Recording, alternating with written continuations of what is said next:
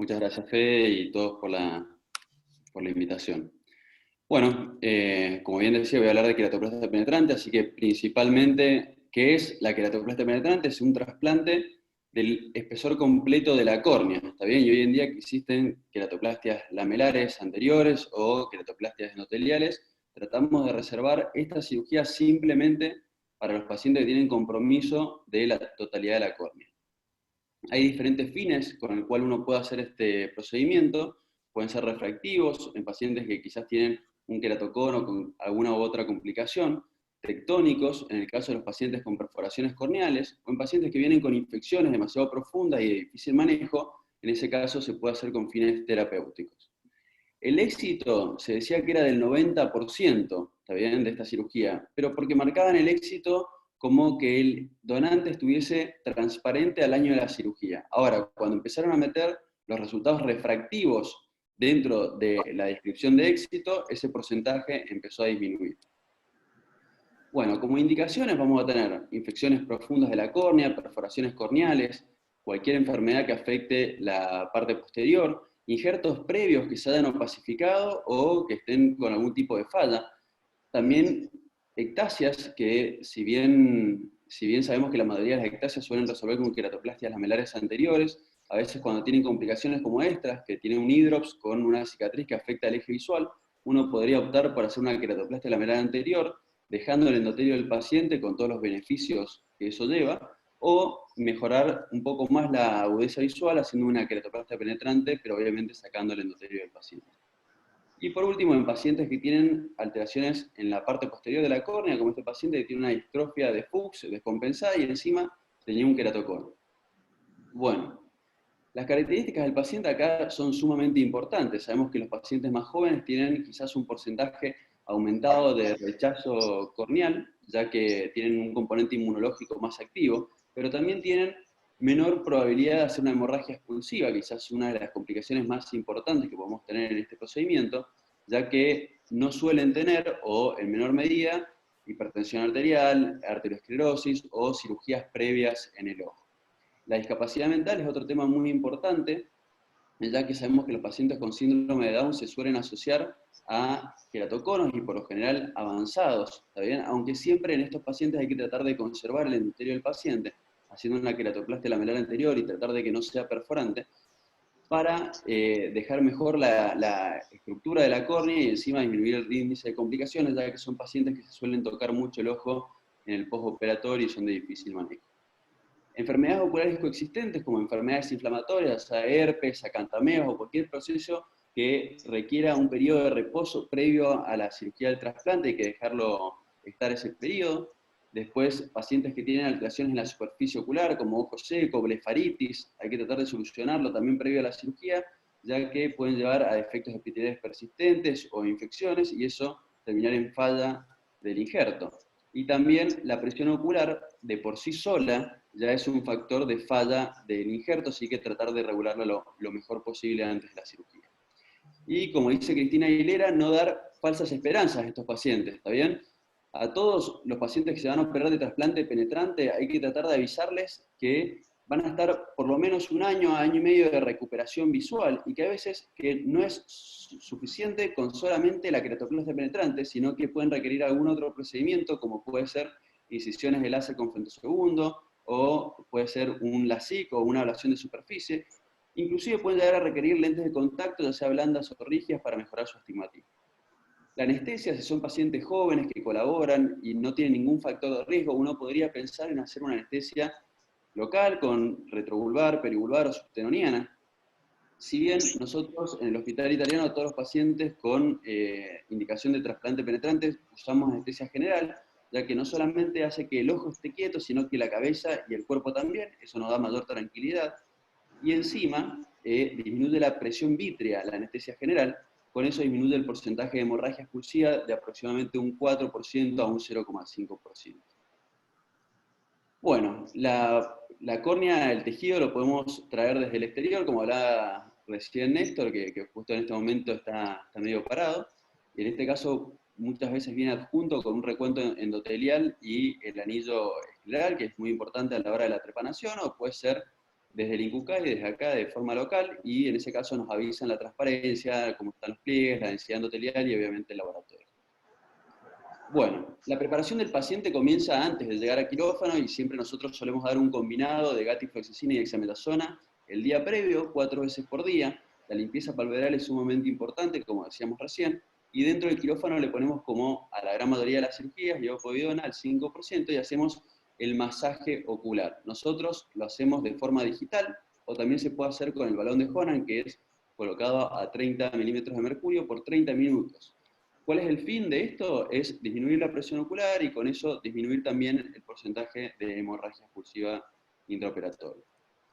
Bueno, ahora sí vamos ya a los pasos del trasplante. Esta realmente no es una cirugía que tenga demasiada complejidad en cuanto a la técnica, pero sí es importante no subestimar algunos de los detalles que pueden llevar a que tengamos complicaciones. Como por ejemplo, la colocación del blefarostato.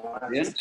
A veces uno con la intención de exponer bien la superficie ocular abre demasiado el bléfaro, eso hace que la córnea se distienda, puede hacer que la trepanación quede descentrada o que los puntos queden mal alineados, ¿está bien? Y aparte aumenta la presión posterior, eso también aumenta el riesgo de hemorragia expulsiva intraoperatoria.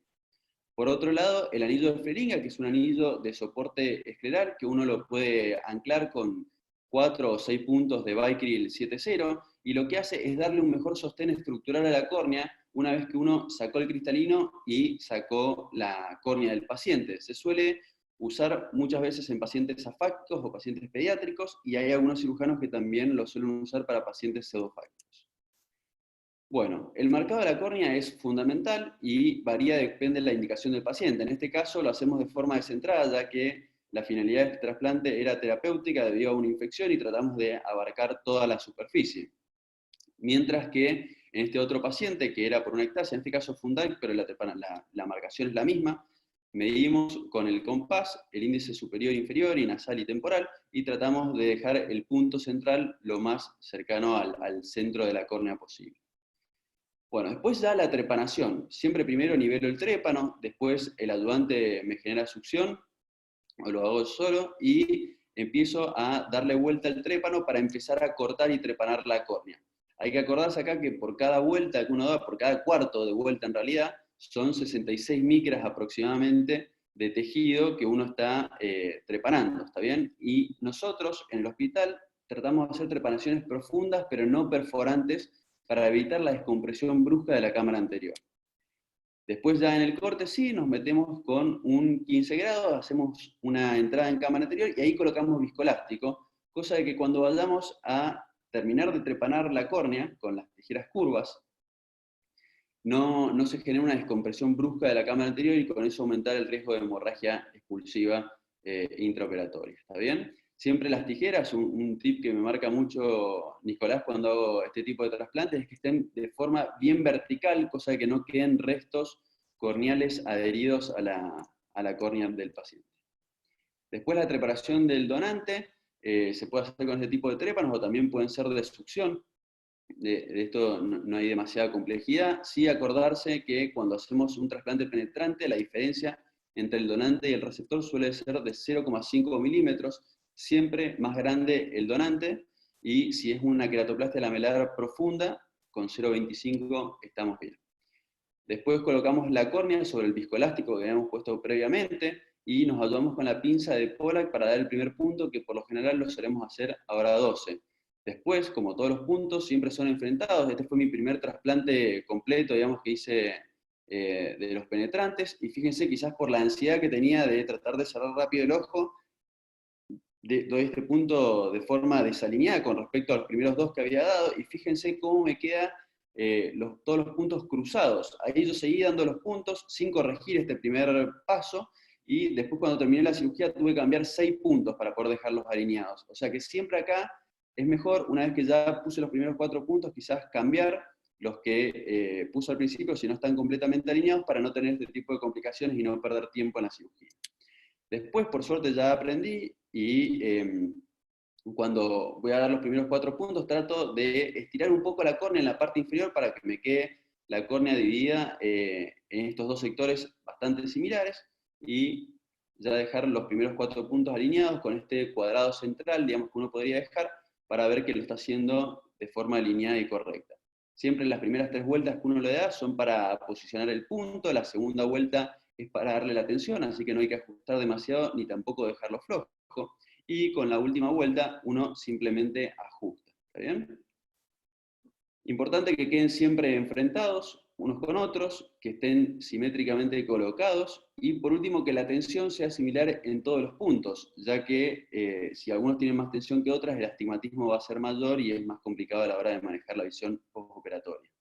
Y por último, ¿hacia dónde enterramos estos puntos que colocamos? Bueno, lo que dice la bibliografía y lo que sería ideal es enterrarlos hacia la córnea donante, ya que generan menos inflamación y con eso menor posibilidad de rechazo, pero sabemos que muchas veces tratamos de enterrarlo hacia la córnea donante y no podemos, así que lo terminamos enterrando hacia la córnea receptora. Bueno, la ileectomía periférica es un paso muy importante, más que nada en pacientes fáquicos o pacientes que tienen procesos inflamatorios, ¿está bien? Y uno lo podría hacer cuando saca córnea del paciente, cosa que está todo el iris expuesto, o lo puede hacer una vez que puso los primeros 4 puntos y lo hace de forma más tranquila, siempre bien periférica, y después se puede poner viscoelástico para ver que haya quedado permeable. Por último, recordar siempre verificar el astigmatismo que le pueda quedar al paciente, lo podemos hacer a ojo, viendo qué puntos están más ajustados que otros, e ir cambiándolos. Hay queratómetros que se pueden usar dentro del quirófano, y hoy en día ya vienen aparatos que se acoplan al microscopio y nos marcan el astigmatismo intraquirúrgico. Ver la estanqueidad, o sea, que el ojo no pierda en ningún punto, en ese caso hay que o agregar algún punto o cambiar alguno que pueda estar un poco más flojo que otro. Y recordar que operamos con sustancia viscoelástica y es muy importante sacarla cuando terminamos la cirugía, porque si no podemos tener complicaciones graves y muy importantes en el postoperatorio. ¿Está bien? Estos son algunos de los pacientes que les mostré recién como indicaciones, y estos son los postoperatorios, más tempranos o más tardíos.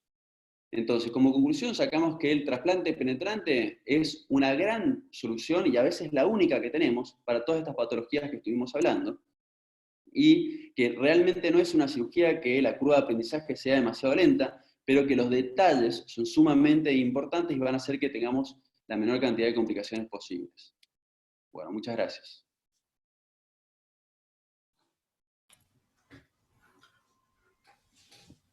Pedro, súper claro, completo. Importante el paso a paso y el ir viendo qué es lo que hacemos cuando tenemos que reemplazar la córnea completa. Ahora, si querés sacar la compartida de página, perfecto. Tenés que compartir. Y vamos a ir a esto, donde, déjenme un segundo, optimizar.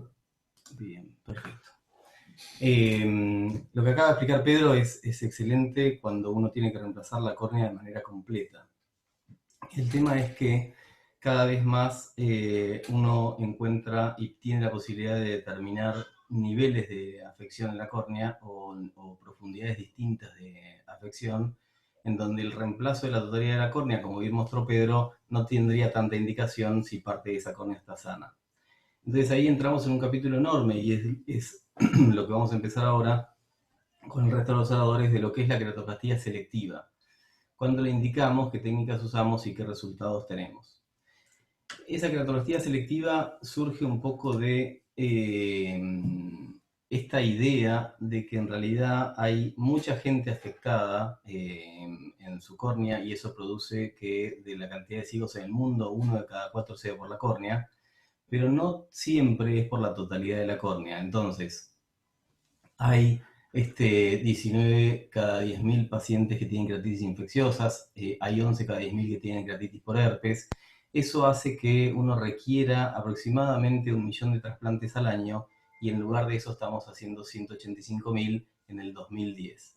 De esos 185.000 que estamos haciendo en el 2010, 71.000 eran para distrofia de Fuchs, donde solamente deberíamos reemplazar el endotelio y la DSMR. Un 27% es para queratocono, donde solamente... Fede no está avanzando la presentación. ¿Se ve algo? Sí, se ve el principio, o sea, la primera de Apo, pero no está avanzando. A ver. Ahí no se ve nada, entonces. Lo Perfecto. mismo, no cambió nada. Perfecto. No sé por qué. Ahí lo reanudé. A ver ahora. Mira.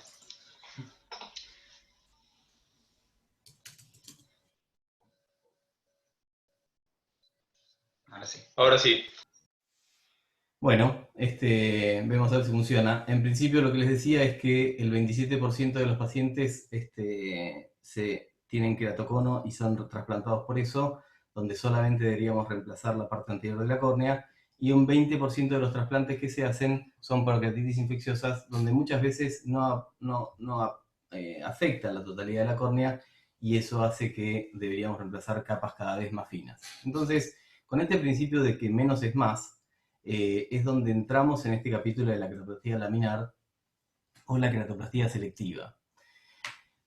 Básicamente lo que hace la queratoplastía selectiva o laminar es reemplazar solo las capas de las córneas enfermas. El penetrante, que sigue siendo la cirugía predominante en el mundo y la que más se hace, es en parte porque tiene muy bajos costos, el equipamiento que uno requiere es muy básico, no es básico, pero muy menos que en una laminar, y la dificultad de la técnica es menor. La queratoplastía laminar, en cambio, es una cirugía que es más segura, que la recuperación visual es mucho más rápida, que da un mejor resultado visual y que uno puede predecir mejor el resultado en el paciente. Piensen que de las cirugías endoteliales, el DIMEC, que Igual no sé yo. solamente reemplazamos 50, 60 micras de la córnea, está aumentando su proporción. Entonces, en este gráfico que les muestro a la izquierda, es lo que vamos a hablar ahora. Lo que acaba de hablar Pedro es la queratoplastía penetrante, que es todo el espesor corneal. Nos vamos a detener Perdón, ALK, que es reemplazar solamente los 200 micrones anteriores. En el DALK, que es reemplazar todo menos de ese medio endotelio. En el DIP, Perdóname, discúlpame otra vez, pero se ve chiquita. Fíjate si podés, pero si no, dale así, porque ahora sí pasa, pero se ve a ver. chiquita. Ahí Ahí se está, ve ahí está, ahí bien. está, ahí está, ahí está, ahí está, perfecto. Bien, perdón. El DSAEC, que es reemplazar el endotelio con la DS-mediastroma, y el DIMEC, que es solamente el endotelio y DSMED, que nos va a hablar Néstor al final. En el mundo esto está pasando y entonces uno empieza a replicar estas cosas. Lo que vemos arriba es Reino Unido, donde empieza a haber cada vez más laminares y menos penetrantes. En Grecia, donde empieza a haber cada vez más laminares y los laminares cada vez más endoteliales y mucho menos penetrantes, que son los grises. Y ni hablar en Alemania, donde la curva de penetrantes empieza a caer, que es lo celeste, y empieza a aumentar tremendamente lo que es laminar, que es lo morado. Entonces, ¿por qué es tan difícil salir del trasplante penetrante? Bueno, básicamente lo que vemos a la izquierda es lo que nos va a hablar Jorge de España en lo que es la cirugía laminar anterior profunda, donde uno tiene que hacer una curva de aprendizaje relativamente larga como para poder lograr satisfactoriamente el resultado de esta cirugía. Lo que vemos en el medio es el DSAEC, que es una cirugía que requiere mucha complejización para preparar bien la córnea, como nos va a mostrar Néstor, y para poder llegar a un buen resultado en esta excelente práctica de reemplazar solamente una capita muy finita, y todo eso lleva a un equipamiento que ven a la derecha que no siempre es disponible o es fácil de adquirir en primeras instancias. Si nos vamos específicamente a lo que es la parte más anterior de la córnea, se llama ALK o queratoplastía laminar anterior, sin sutura y con freno segundo, que es lo que les voy a mostrar a continuación en esta presentación. Todo parte de la cirugía laminar anterior profunda. La cirugía laminar anterior profunda hace unos años empezó a poder utilizarse el freno segundo en la misma y se pudo determinar cortes tangenciales, transversales de la córnea para poder lograr espesores de profundidad deseados de acuerdo al plano que uno quisiera adquirir. Entonces, en un paciente que tiene una afección en 150 micras, uno puede ir por debajo de ese leucoma, de esa cicatriz, y reemplazar solamente la córnea que está afectada. Este DALK que nos van a explicar después nos da pie a pensar qué hacer con estos pacientes. En el paciente de la izquierda es un paciente con múltiples LASIK y retratamientos, donde empezó a tener una infección en la entrecara a más o menos a 250 micras.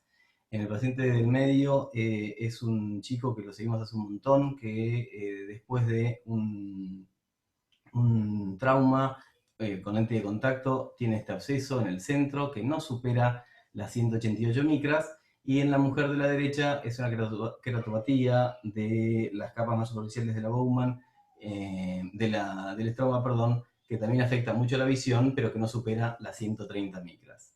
En principio, para estos pacientes, cuando el receptor tiene más de 250 micras y la cicatriz tiene menos de 250, entonces es el más 250 menos 250, lo que se le puede proponer a este paciente es reemplazar solamente la capa anterior de la córnea, es decir, queratoplastia laminar anterior.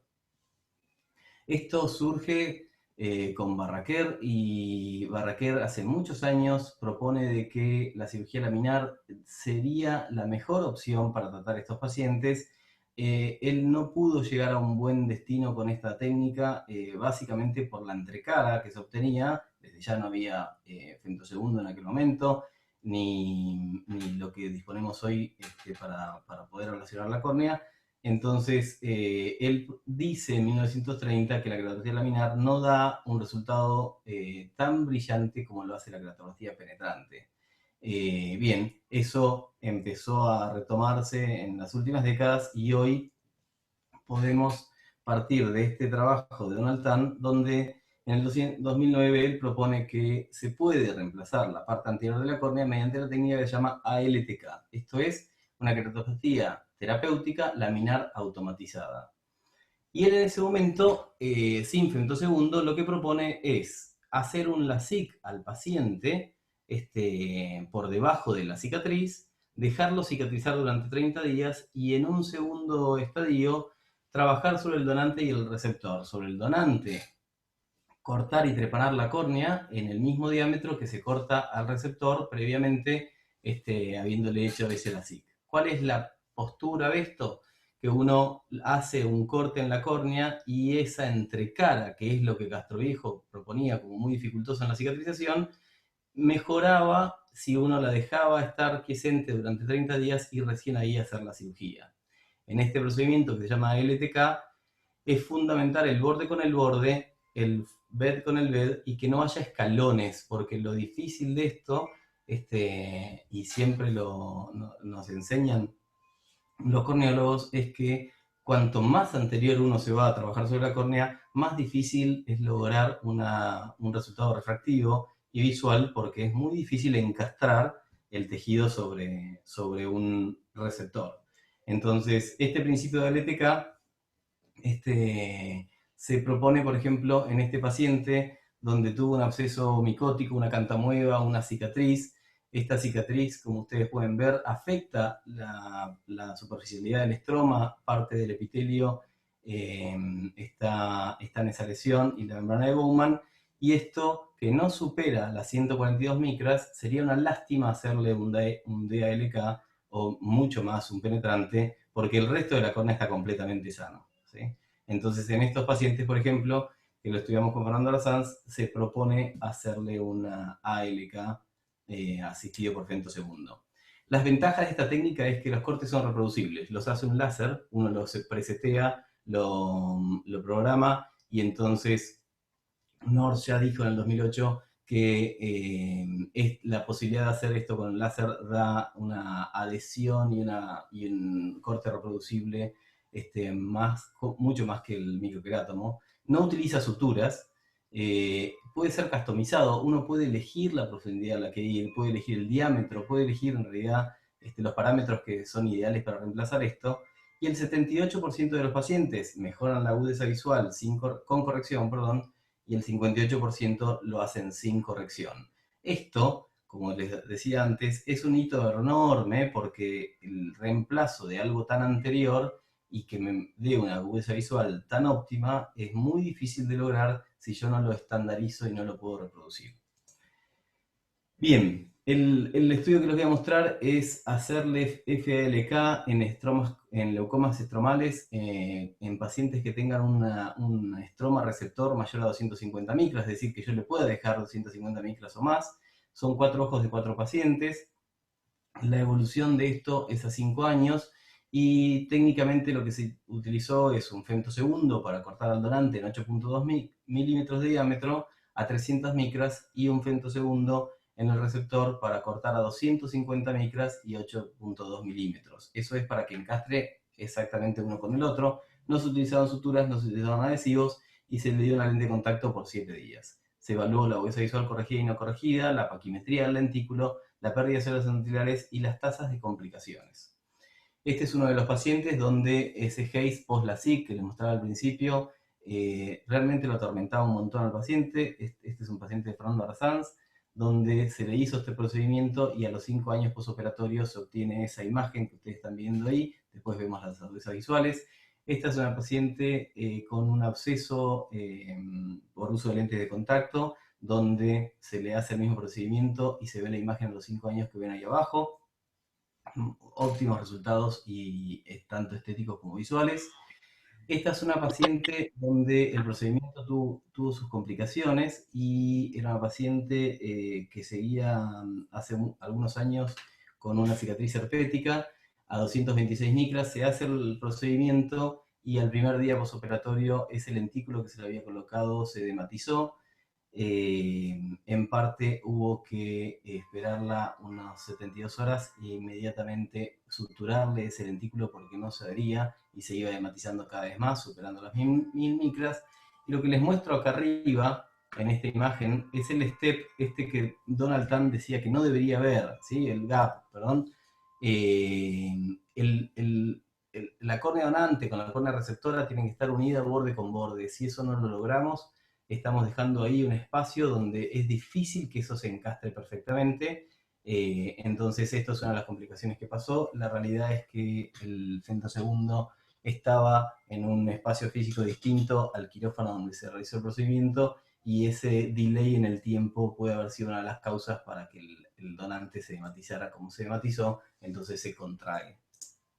Bien, los resultados visuales de estos pacientes son piolas, son agudezas visuales que están en logaritmo acá, pero logran un 20-25 a un 20-30 a los 5 años posoperatorios. No logran un 20-20, esto en parte es por esa entrecara que decía Castro Viejo. Es difícil, aún corregido el paciente, lograr un 20-20 y no hay publicaciones con esos resultados, pero partiendo de pacientes que tenían 20-200 o 20-80, los resultados mejoran como ven en el gráfico. Y como conclusiones uno puede decir que el FALK es una técnica eficiente para mejorar la agudeza visual no corregida y corregida en pacientes que tengan opacidades corneales anteriores. La mejora en la adhesión del borde con borde y en esa unión del donante con el receptor da la posibilidad de no utilizar suturas en esta serie de pacientes. Entonces el paciente en un procedimiento de más o menos unos 10-15 minutos termina su queratoplastía y se va a la casa con una lente de contacto. Espacios arriba de 40 micras deberían ser suturados inmediatamente, como les mostré en la complicación de mi paciente con herpes. Y es fundamental el borde con borde, el bed to bed y que no haya escalones. Desde ya que hace falta muchos más casos para demostrar y validar todos estos hallazgos. Hay poquitos, son pocos y la indicación, como ven, es muy precisa para cosas muy puntuales, pero es interesante que uno en la cabeza empiece a pensar ir a cada vez algo más chiquito, más finito, más sutil, tratando de preservar el resto del ojo del paciente. En un futuro les puedo garantizar que esto no va a existir más y que probablemente lo que implantemos sean células sobre la superficie que regeneren el defecto que tengo que regenerar. Para eso falta, pero vamos por ese camino. Con lo cual, con esto terminamos y muchas gracias. Bien. ¿Alguna pregunta, alguna duda acá?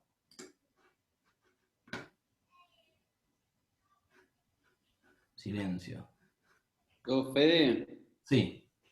¿el diámetro que le tallás a la córnea donante y a la córnea receptora es el mismo? Sí, es el mismo. En realidad va de 8 a 8,5. En estos casos hicimos todos 8.2, pero debería ser el mismo, porque ir a un diámetro mayor, el encastre es muy difícil porque siempre ese donante va a estar edematizado.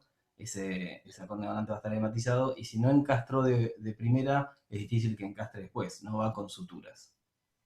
Perfecto, gracias.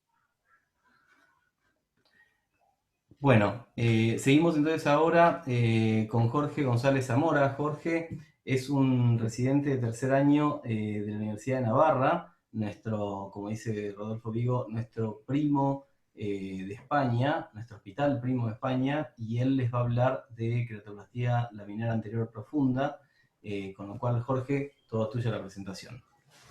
Vale. ¿Veis bien la presentación? Se ve perfecto. Vale. Bueno, pues yo voy a hablar, como habéis dicho, de la queratopatía lamelar anterior profunda. Soy R2, R3 de la Clínica Universitaria de Navarra y pues vamos a empezar. En primer lugar haré una pequeña introducción de lo que es la DALC y luego al final les pondré un caso del doctor Naveiras como resultado final. En todo momento voy a irlo comparando un poco con la queratoplastia, que ha sido hasta durante muchas décadas como el gold estándar de estas cirugías. La queratoplastia, de hecho, se lleva usando durante casi 70 décadas. De hecho, aquí cito un artículo del oftalmólogo español Castro Viejo, en el que ya explicaba pues, las diferentes técnicas de la época para la queratoplastia.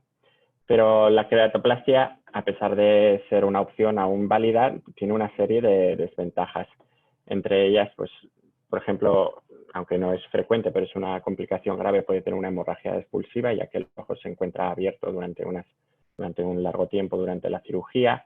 También se puede producir una dehiscencia traumática más frecuentemente que en otras cirugías corneales, ya que se seccionan todas las capas de la córnea. Existe un riesgo aumentado frente a otros tipos de cirugía de endoftalmitis, sobre todo por ese periodo que está abierto el ojo. Y sobre todo, una de las complicaciones más graves y que intentan subsanar otros tipos de cirugías es el rechazo endotelial. En el caso de la queratoplastia, tenemos que entender que se sustituyen todas las capas de la córnea, desde el epitelio hasta el estroma y el endotelio, pero posteriormente, evidentemente, el epitelio será regenerado por el del propio receptor y el único contenido celular, que al fin y al cabo el que da una mayor probabilidad de rechazo son las células, ya que son las que presentan el complejo mayor de histocompatibilidad, aunque también se puede producir rechazo por células o queratocitos persistentes en el estroma o las propias proteínas. Pues, cuantas menos células haya en el injerto, más difícil será que se produzca el rechazo. Entonces, en la queratoplastia, pues persiste todo el estroma del paciente y el endotelio. Entonces es frecuente que en algunos casos se produzca un rechazo endotelial o que a la larga se vayan perdiendo células endoteliales.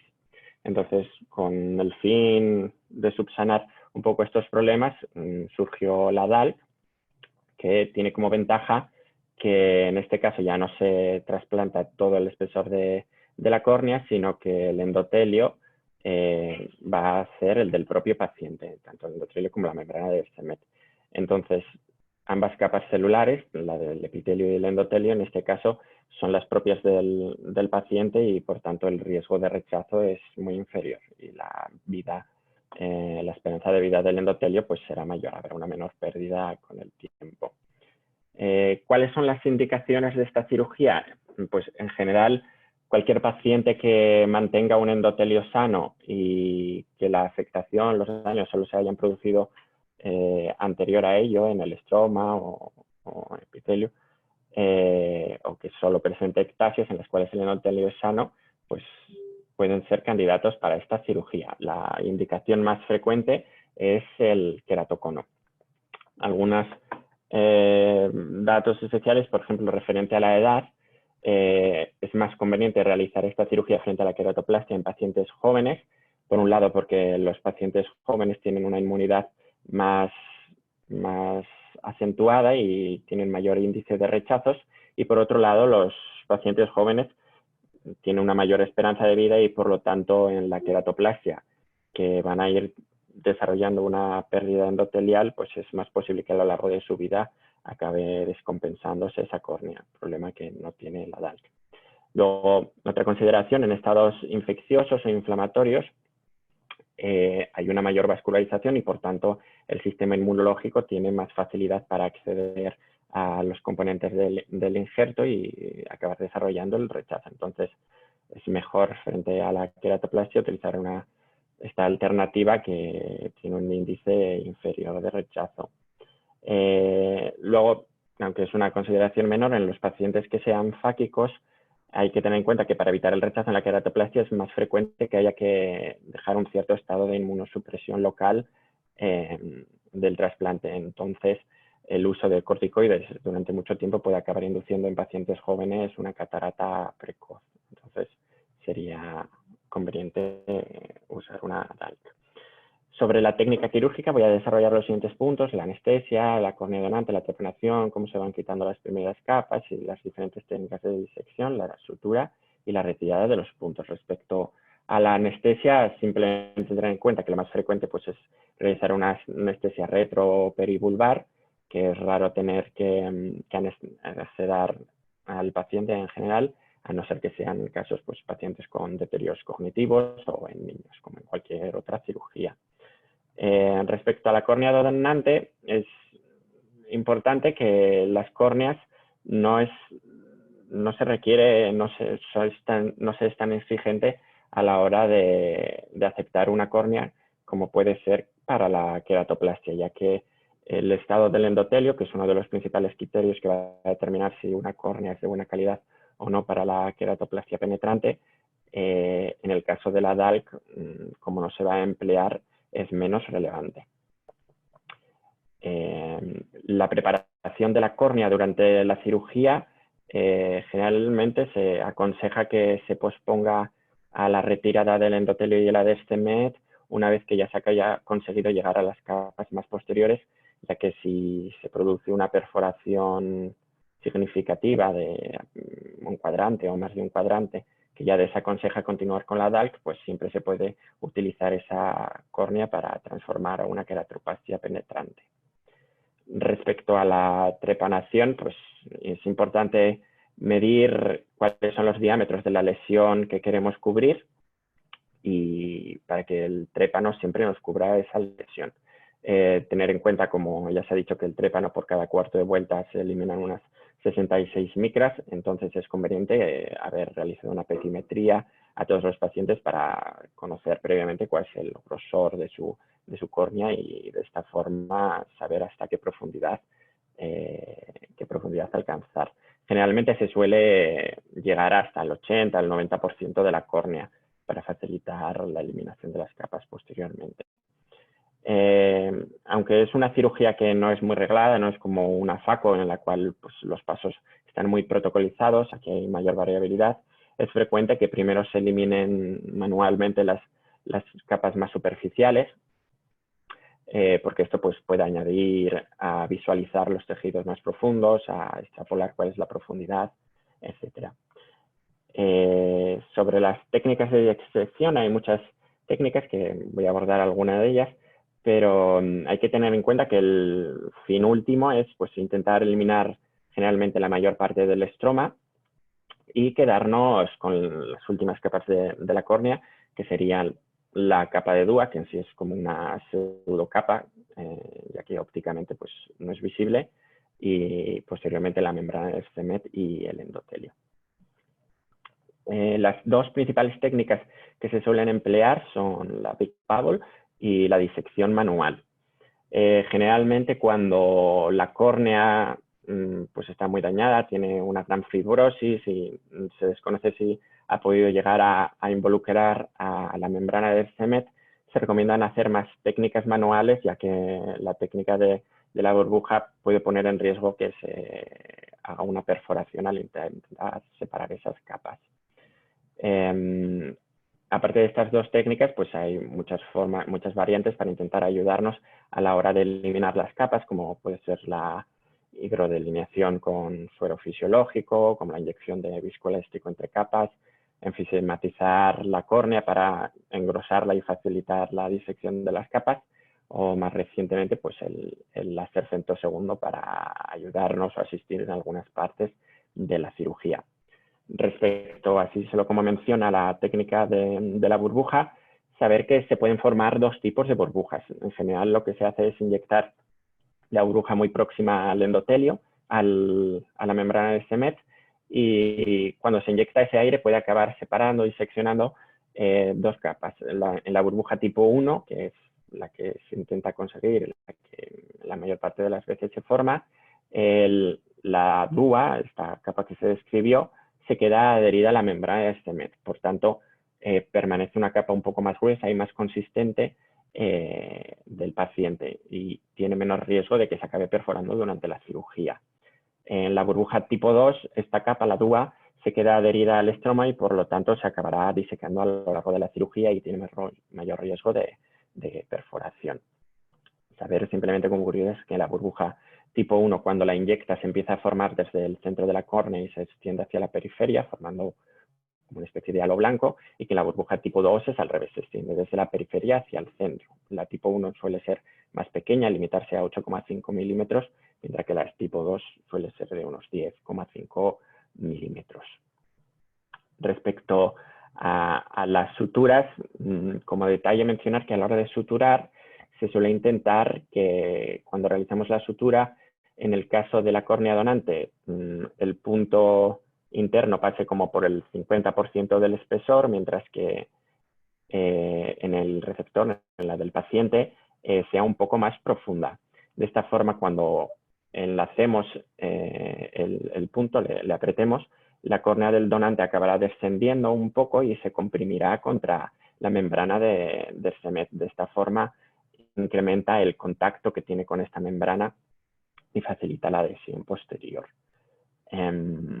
Los puntos generalmente, aunque no hay algo estandarizado, pero se suelen empezar a quitar pues, a partir de los 9 meses y siempre ir quitando los puntos muy poco a poco, punto por punto, para evitar que se produzca una dehiscencia de las suturas.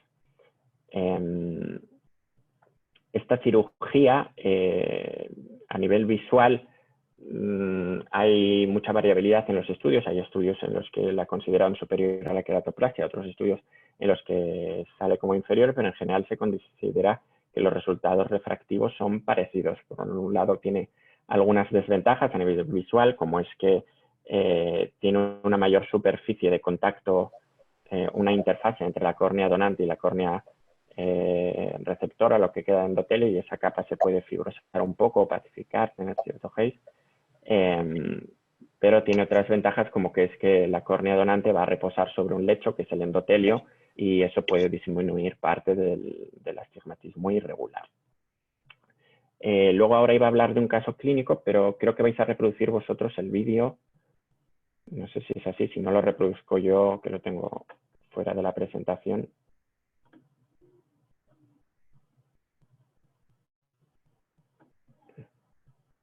Bueno, lo voy a ir poniendo yo, por si acaso. Jorge, ¿a quién se lo pasaste el video? Me comentaron, no sé ¿A si Fede Luengo? Pero si no, pasalo desde tu presentación. Perdón, Vale, perdón, ahora... estaba hablando y está el micrófono apagado. Ahí te lo reproduzco. Ah, vale. ¿Se ve, ¿no es cierto? Sí. Si lo puedes parar un momento, así introduzco el caso. No. Vale. Sí, ponerlo desde el inicio porque está muy adelantado. Bien. Ahí. Vale.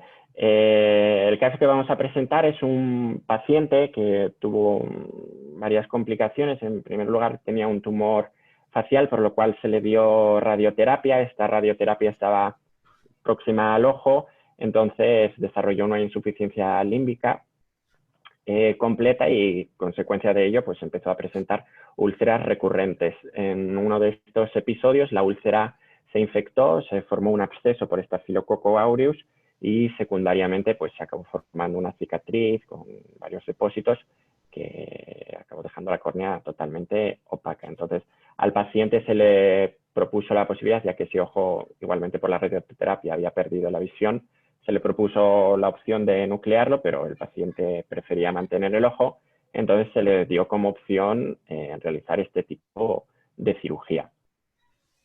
Entonces, ya puedes dar play y lo voy explicando. ¿Cómo no? Gracias. Entonces, ahí vemos la lesión. En primer lugar, la medimos para intentar abarcar Luego con el trépano toda la extensión.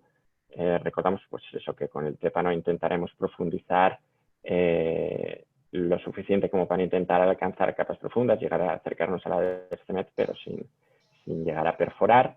Luego empezaremos a quitar las capas superficiales de forma manual. En esto tiene la ventaja de, pues, por un lado quitamos gran parte de la opacidad y podemos saber con mayor precisión hasta cuál es la extensión a nivel profundo de la fibrosis que se ha producido.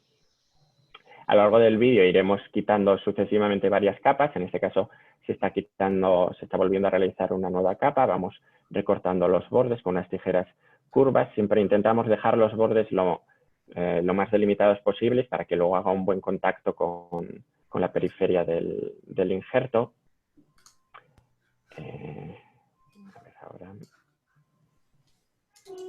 Bueno, terminamos de quitar toda la extensión de esa capa y ahora en una segunda capa que se había realizado se está intentando inyectar viscoelástico para separar esas dos. En este caso se ha separado dos capas, pero el centro de la lesión aún sigue adherido, por lo que metemos una espátula como para intentar separarlas, pero en un momento se perfora el ojo por el centro por donde se encontraba la lesión. Entonces metemos una burbuja para taponar la lesión y evitar que continúe saliendo humor acuoso y continuamos la disección a través del agujero de la perforación. Luego aquí ya se ha puesto el trasplante y se han dado los primeros puntos. Inyectamos viscoelástico para comprobar la integridad de todas las capas. Aquí hemos terminado de dar todos los puntos y luego finalmente, como variante, vamos a poner una membrana amniótica. La membrana amniótica es importante que vamos a colocar el epitelio que quede hacia la capa anterior. Entonces, a veces que tenemos dudas para saber si la membrana amniótica está anterior o está posterior al epitelio, pues nos podemos fijar en el brillo. Cuando el epitelio está boca abajo, la membrana es más mate, si está boca arriba es más brillante, y también si lo tocamos con una hemosteta y lo enfrentamos al epitelio no es tan adherente como si se encontrara al revés. La membrana luego la vamos a suturar, vamos a dar los puntos con mucho cuidado, ya que las membranas amnióticas son muy frágiles y es fácil que al dar el punto sin querer lo seccionemos completamente y no quede suturada. Por eso hay que tener pues, especial cuidado a la hora de manipularla mientras realizamos los puntos. En este caso se probó a poner una membrana amniótica pues porque este paciente tiene varios motivos por los que puede ir mal la cirugía. Por un lado, evidentemente la insuficiencia lumbar, que va a impedir que se epitelice completamente o que dificulte la epitelización del trasplante, y por lo tanto la membrana amniótica, con su capacidad de regeneración epitelial, pues va a facilitar, va a intentar compensar esta deficiencia. Aparte es un ojo muy inflamado por la radiación, por la úlcera que tuvo, con mucha neovascularización. Entonces esto favorece los rechazos y la membrana amniótica tiene capacidades antiinflamatorias. Y luego, por otro lado, pues también va a dificultar la proliferación de fibroblastos y va a disminuir la fibrosis. Y bueno, eso en un principio es todo. Gracias.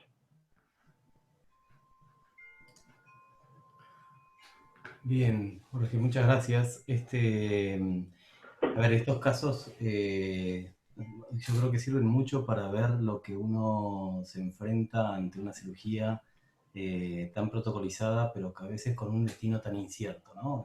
Es decir, aproximadamente un 40% de los DALCs pueden no resultar como tal, puede pasar lo que nos mostraban, puede haber complicaciones, y uno tiene que tener la capacidad para poder resolverlo de alguna forma y nada, como mostrabas vos, colocarlo. La córnea que se lo coloca sobre el paciente se coloca entonces sobre una DSM perforada, ¿no es cierto? Sí, estaba perforada por la lesión anterior, ya estaba en ese momento, había afectado en el centro el endotelio. Bien, perfecto. Y no hubo pseudocámara después, no hubo complicaciones en el postoperatorio.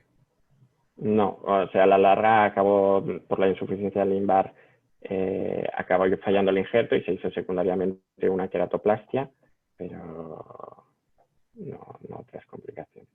Bien, perfecto. Néstor, vos seguramente tenés un montón para aportar. Has mostrado siempre muchos casos en estas situaciones. ¿Cuál es tu conducta frente a una perforación central o una macroperforación?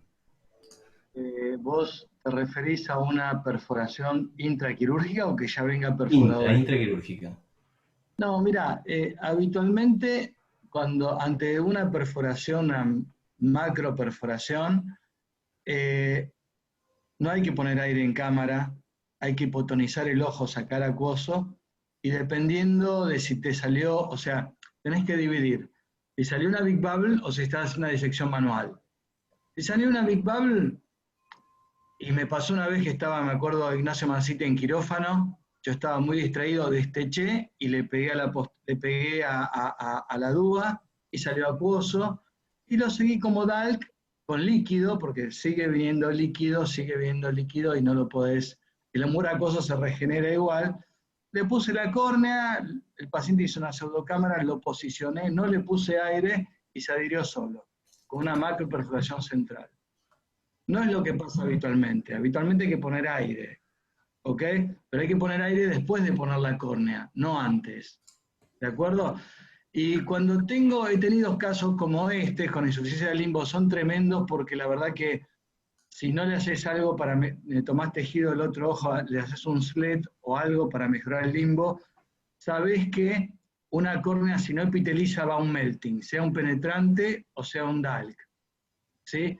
Entonces yo en este caso no sé si el otro ojo lo tenía afectado o no, pero le hubiera hecho un slet para mejorar el limbo y después le hubiera hecho el trasplante.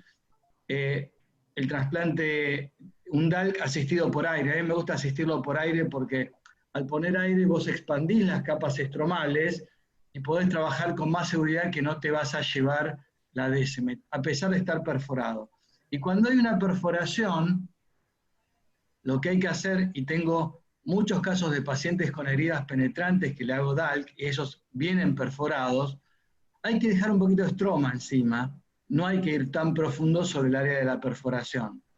¿Ok?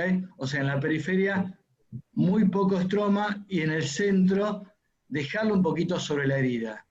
¿Por qué? Porque si vos estás operando sobre un agujero, sacás todo el estroma y vas a tener el agujero, no hay mucho misterio. ¿De acuerdo? Así que, bueno, uno va aprendiendo sobre la marcha porque no está tan bien reglado este tipo de cirugías. Sí, en este caso se le propuso al paciente hacer un trasplante limbar de un ojo al otro, pero el paciente se negó, no quería que se le operara el otro ojo, entonces pues no se pudo optar a esa opción. Cuando se niegan los pacientes, yo me niego a ser el cirujano también. Porque vos le estás ofreciendo para mejor del paciente. Y sabes que si se quemó el limbo, no sé, yo tengo quemados que también se niegan, le digo, si no te hago una cosa, no te hago la otra. Porque los problemas vienen solos, no hay que salir a buscarlos. ¿Ok? Pero está muy buena la cirugía. Igual, a mí me gusta asistirla con aire, porque el aire actúa como una esponja, te expande, y es mucho más fácil llegar más profundo. Y en el centro también parece que dejas mucho, pero no estás dejando mucho. Tengo pacientes con estallido realmente que quedan con 7, 8 décimas, no están mal, están bárbaros. ¿Sí? Así que con heridas penetrantes, bueno, se puede. Igual muy bueno el caso, ¿eh? Bien, perfecto. Jorge, una de las cosas que siempre hay que tener muy en claro es cómo colocar esa córnea que le vamos a poner sobre el receptor. Y Emiliano López nos va a mostrar lo que un fellow en córnea normalmente comienza a hacer, que es exactamente la colocación del donante, la preparación del donante, perdón, en paralelo a la cirugía. Ustedes sepan que esta cirugía no muchas veces sabemos con exactitud si se va a lograr el éxito o no del Big Bubble, si se va a perforar o no, si se va a poder hacer un laminar. Entonces la córnea no se prepara hasta no haber iniciado la cirugía, y el fellow, el cirujano, el ayudante o el mismo, que está operando tiene que tener a mano todo lo disponible para realizar la preparación en simultáneo cuando el paciente muchas veces está con su membrana de DSM o su membrana de DUA al descubierto. Entonces, la presentación ahora va a cargo de Emiliano López, que les va a mostrar cómo él prepara las córneas en el quirófano. Yo comparto acá y comparto... Dale, buen día a todos. Acá. Gracias, Fede. Entonces, nada, quería dar una pequeña charla, una breve charla de la preparación del donante. Ya Pedro mostró la ficha técnica que uno ve de la córnea donante, en la que uno mira la causa del óbito del paciente, el recuento, las etiologías que sean negativas, y en estos casos también la edad del paciente, de la córnea donante. Que en este caso, si nosotros pudiéramos elegir, siempre preferimos córneas de pacientes más añosos, pues no va a ser más fácil retirar el endotelio con la DSM. Acá estamos viendo las variantes de frascos en las que viene la córnea donante. La que viene a la izquierda arriba, generalmente es la que nos viene por Cucaiba. Uno ve ahí la córnea flotando en el Optisol, generalmente está en el fondo, y a la derecha las córneas más que pedimos en bancos internacionales, generalmente vienen un frasco que vienen la córnea un poco más fija en ese Optisol. Esas córneas tienen un reborde escleral, como ven. Es importante antes de abrirlo chequear la calidad de la córnea, la transparencia de esa córnea donante. Después ese frasco trae un adhesivo súper pegado que nos va a costar abrirlo. Siempre uno toma esos frascos con mucho miedo las primeras veces que nos toca manipularlas. Entonces nos ayudamos de tijeras o de un cortante generalmente para abrirla delicadamente, y trabajamos después de ello sobre la mesa del instrumentador, la mesa quirúrgica, sobre esa mesa, utilizando un frasco estéril de urocultivo en el cual vamos a volcar esa córnea. El volcado de la córnea también es algo importante. Si lo hacemos con mucho miedo, lentamente, lo común es que la córnea quede en el frasco y no caiga en el frasco estéril de urocultivo, con lo cual generalmente es un movimiento con decisión, volcando todo el líquido con la córnea en el frasco estéril.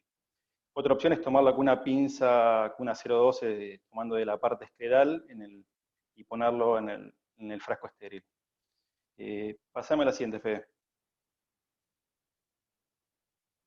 Entonces acá estamos viendo, nosotros los trépanos que usamos generalmente son los de Barron, que van de 6 a 9 milímetros. Ahí podemos ver a la izquierda arriba el redondel que marca los milímetros de ese trépano, siempre importantísimo. Esto hay que checarlo antes de la cirugía, los dos trépanos, el donante, el receptor, estar seguros que tenemos los trépanos. Si son trépanos reesterilizados, controlar su indemnidad del filo. Ahí abajo a la izquierda vemos con la flecha ver el filo, ver que no esté oxidado. Es importante también, si estamos reesterilizando estos trépanos, realizar rotulados para saber cuántas reesterilizaciones le hicimos. Después, arriba a la derecha van a ver que esos trépanos tienen 4 puntos que nos van a servir para el centrado de la córnea donante, y tiene 4 puntos, 4 ranuras más periféricas que como ven abajo a la derecha, es donde cuando vamos a trepanar, introducimos en esos 4 palitos metálicos, van a introducirse y tienen que encastrarse justamente. Entonces, uno lo primero que hace, y eso lo vamos a ver en el video, es entrar con la córnea donante, ayudándonos con esos 4 puntos que marca la flecha a la derecha arriba. Tener en cuenta que si estos córneas donantes tienen un exceso de esclera, tener mucho cuidado, ¿no? A mí me ha pasado de por tener mucha esclera y no recortarla, al estar encastrando, que uno pierde visualización de la córnea donante, que se mueve un poco la córnea donante, y trepanar un poco descentrado, tomando un poco de limbo, que después nos complicó en la hora de suturar, porque teníamos una porción mucho más gruesa de esclera, de córnea, perdón. Entonces, ahora siguiente, Fede. Todo esto igual lo vamos a ver después en el video, mostrándoles todo. Entonces uno la tiene a la córnea del lado endotelial, que siempre mira para arriba, con azul tripán. Sacamos el exceso del azul tripán, siempre nunca utilizar ni hisopo ni gasa, porque eso genera pelos que después, cuando vemos el posoperativo del paciente, nos queremos matar cuando vemos entre caras con pelusas, con hilitos que nos quedaron por utilizar hisopos o gasas. No debería haber en el quirófano esos días estas cosas. Uno siempre usar esponjas, realizamos un secado sutil sin tocar el endotelio, y ya pasamos al video, Fede, y vemos los paso a paso de cuando retiramos el endotelio con la DSM. Entonces ahí estamos viendo, en este caso, bueno, hicimos ya la trepanación y sacamos con movimientos sutiles, siempre siguiendo un vector. Este es seguramente una córnea de un paciente añoso, ven que sale entera, sin que se quiebre. Esto no es lo habitual. generalmente es más común que realicemos el retirado del endotelio y la DSM antes de trepanar, con lo cual es más fácil manipularla, uno puede tomar de la esclera con una 0,12, y generalmente utilizamos una tirahilos, cualquier pinza sin dientes, pero generalmente tirahilos curvas, y tomamos desde un extremo, como vemos acá, y vamos realizando un vector sutil y que se despegue parejo toda la membrana, y que no haya un vector único que nos rompa la membrana. Es como si uno sacara un sticker, hay que tratar de ir parejo, lineal, esa zona de despegamiento se mantenga lineal, si no es común que se nos rompa y después nos quedan pedacitos y es más complicado. Y generalmente eso, hacemos un movimiento con la segunda mano de rotación para ir despegando todo. Arriba ahí pueden ver, bueno, el trépano del receptor, que es con succión. Estos trépanos del donante también pueden tener succión. En nuestros casos generalmente utilizamos trépanos de barro sin succión, como los que veíamos antes. Así que creo que eso es todo.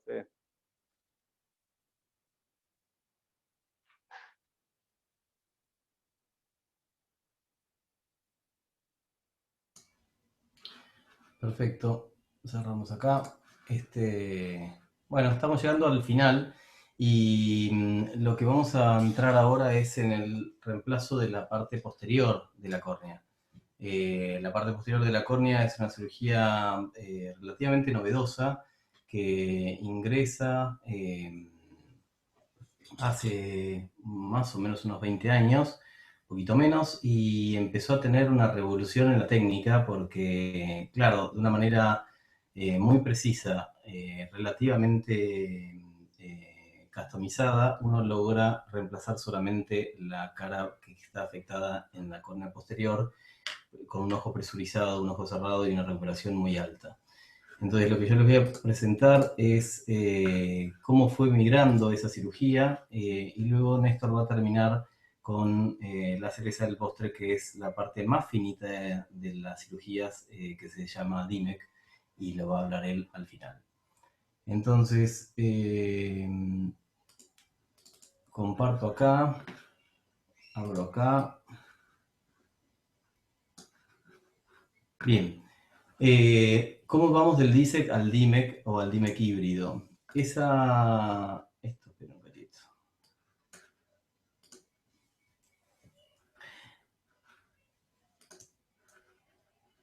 Bien, lo que hablábamos al principio de que por qué es tan difícil salir la técnica de trasplante penetrante, básicamente es porque todas estas técnicas nuevas, laminares, finitas, hacen que uno requiera aprender de nuevo técnicas de queratoplastía, técnicas de cirugía, cortes de córnea, etcétera, etcétera, que muy distinto a lo que mostraba Pedro Mir, que tiene todo un protocolo distinto quirúrgico. En estos casos uno manipula tejidos mucho más finos dentro del ojo, entonces hay que establecer varios patrones y parámetros intraoculares para lograr el éxito. La cirugía laminar anterior con cementorrexis, automatizada o no, eso es, si uno utiliza o no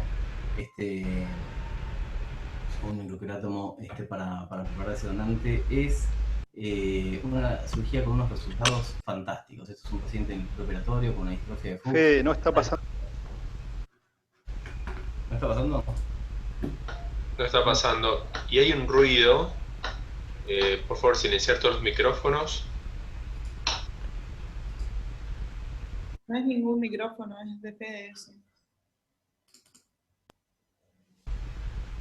¿No pasó nada? Sí, Ahora sí, Fede, pero se escucha un ruido de lluvia. Yo no soy, ¿Soy el único prendido?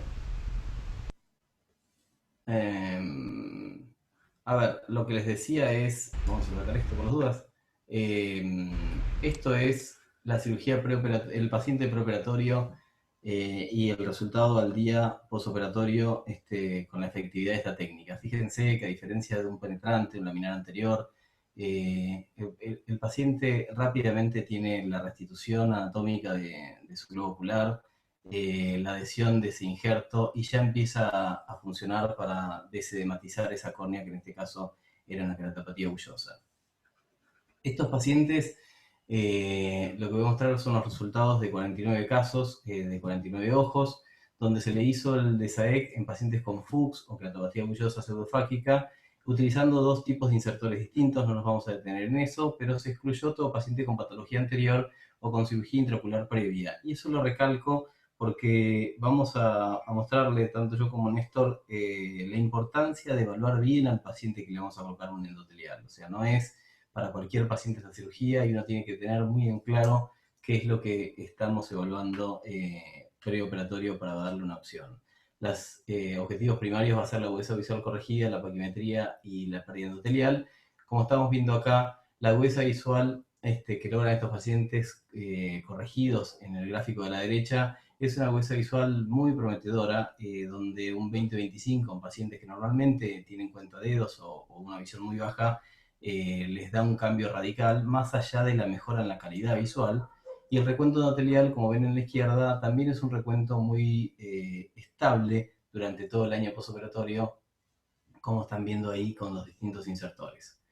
Ahora, la cirugía de endotelio, llamada DESAEC, que es lo que les mostraba al inicio, rota de repente a una cirugía aún más finita.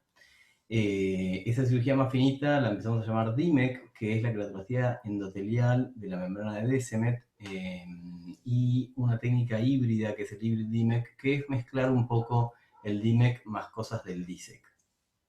Si uno va a... perdón que les muestro acá, pero esto no se pasó hoy.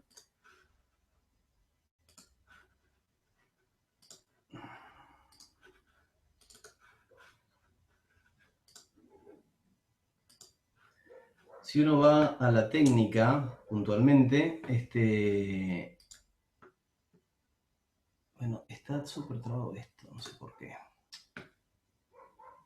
Vamos a repetir de vuelta.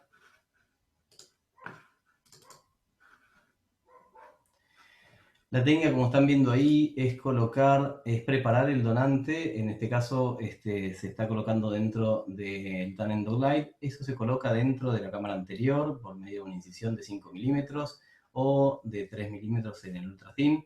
Se toma ese donante del lado contralateral con un forceps específico para eso. Se coloca dentro de cámara, se pone una burbuja de aire para posicionarlo en el lugar, se termina de cerrar la herida. Y una vez que se cerró la herida, se pone una burbuja de aire completa en la cámara anterior, que eso se llama taponaje aéreo. El taponaje aéreo es muy importante porque este injerto no se sutura, sino que se coloca sobre la cara posterior de la córnea para que se adhiera a la córnea receptora del paciente. Previamente ese paciente, en algunos casos se remueve la membrana de Descemet con su endotelio enfermo, en otros no, pero básicamente lo que uno necesita acá es que la córnea se posicione y se pegue en el lugar correcto para que eso se mantenga durante toda la vida del paciente sin dislocaciones y sin necesidad de recolocarle aire o el rebabbling rate, que es una de las complicaciones que pueden pasar en esta cirugía. Si vamos...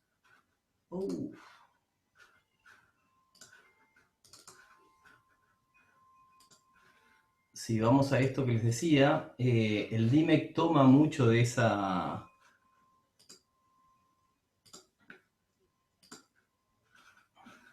No sé qué es lo que pasa. Ahí sí. Toma mucho de esta cirugía de endotelio automatizado o DISEC para transformarlo en DIMEC.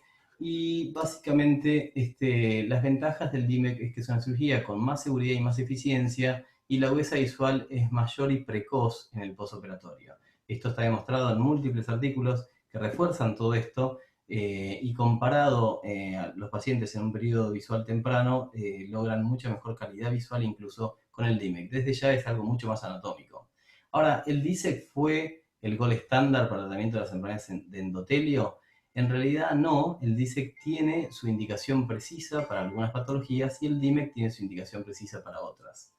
Las desventajas del DIMEC es que en ojos con complicaciones, en ojos con patología preexistente, hay muchas más complicaciones en la técnica. Por eso Néstor les va a mostrar en detalle las indicaciones precisas de esta técnica y qué es lo que uno tiene que estudiar en el paciente para poder indicarle un DIMEC o un DISEC. pero es cierto que el DIMEC frente a pacientes con altas patologías o con patologías de segmento anterior es más complejo el resultado y menos acertado. El DISEC se sigue utilizando en pacientes con neurocognición corneal, en edemas corneales severos, en pacientes que uno debe reconstruir el segmento anterior. Esto libera mucha fibrina y muchas veces en la misma cirugía es muy difícil lograr ambas técnicas en simultáneo. Pacientes con cicatrices estromales extensas o pacientes con remociones de lentes de cámara anterior, se sugiere realizar el DISEC.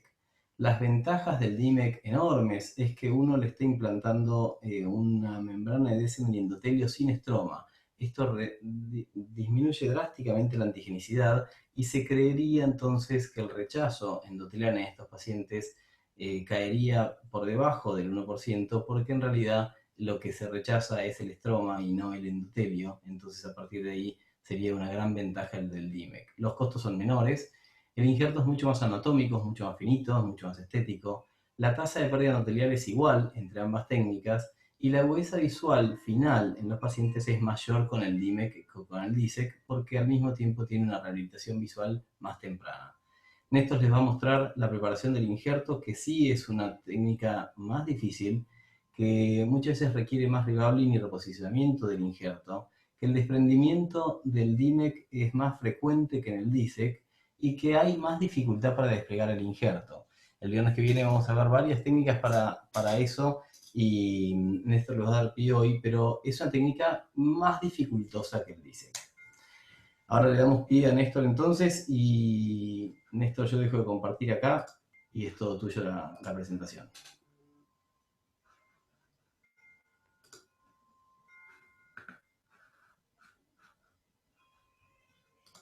¿Te prendí el audio, Néstor? Ahora estoy con audio.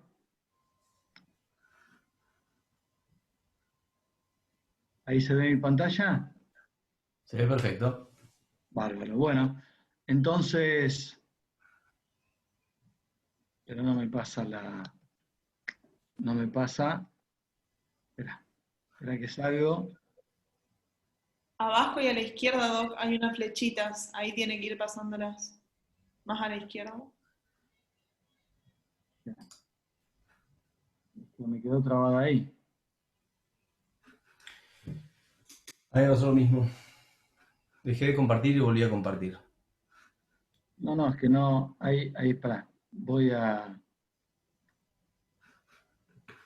salir un minutito. La voy a abrir de otro lado.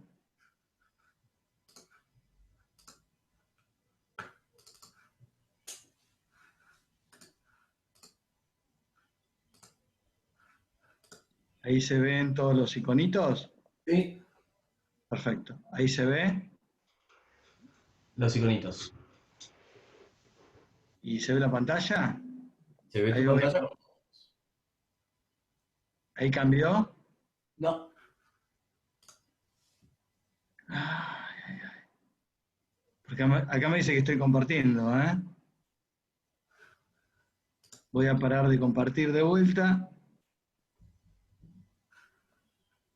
A ver. PowerPoint, compartir. ¿Ahí se ve? Ahí sí se ve.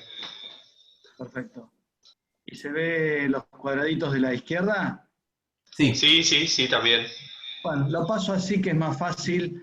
Bien, porque si lo pongo tengo miedo de perderlo. Así que, entonces, el trasplante endotelial para las disfunciones endoteliales, ya sea queratopatía bullosa o distrofia de Fuchs, es de elección. Bien. Actualmente hay 3 tipos de cirugía, básicamente puede haber más. El hybrid DIMEC es una cosa intermedia, pero no olvidemos del PIDEC. En realidad, en el DSAEC estamos colocando adentro del ojo estroma, DUA, DSM endotelio. En el PIDEC, DUA, DSM endotelio, el PIDEC se fabrica el donante haciendo una Big Bubble en el donante. ¿Ok? Después cortándola, y entonces uno está metiendo DUA, DSM endotelio. no es muy popular porque la formación de la Big Bubble no es del todo, no es un 100%, entonces uno puede perder córneas, pero lo bueno del PIDEC es que si uno tiene un donante pediátrico, uno no puede hacer DIMEC, o le hace un DESAEC o le hace un PIDEC. Si se forma la Big Bubble lo puede hacer. ¿Se entiende?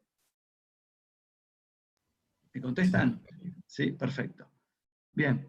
Y en el DIMEC lo que ponemos adentro del ojo es solamente DSMET y endotelio. Bien. Son diferentes las formas de preparación del donante. En el DESAEC, entonces, el microquerátomo. En el PIDEC, la inyección de aire en el donante. En el DIMEC, la cosecha manual. En realidad, como decía recién Federico, cuando uno hace un trasplante endotelial, uno sabe que si un DESAEC al principio se hacían de 150 a 200 micras, después pasó al ultrasin y después al nanosin DESAEC, y cuanto más delgado es mejor. Pero también cuanto más delgado, más difícil de manipular y por lo tanto más células se pierden, y por eso el DIMEC al principio en la curva de aprendizaje puede ser que tengamos muchas fallas primarias. Les voy a mostrar cómo preparo. Se está viendo los videos, ¿no?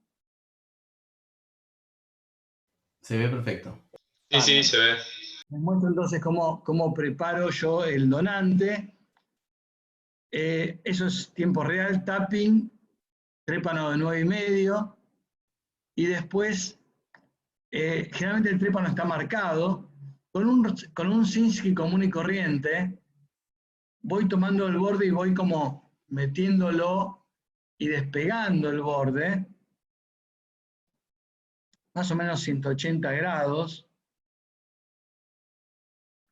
Antes lo hacía de otra manera, pero la verdad que ahora me resulta muy reproducible hacerlo así. Después lo pliego hasta la mitad, más o menos, fijándome siempre que vaya despegándose parejo.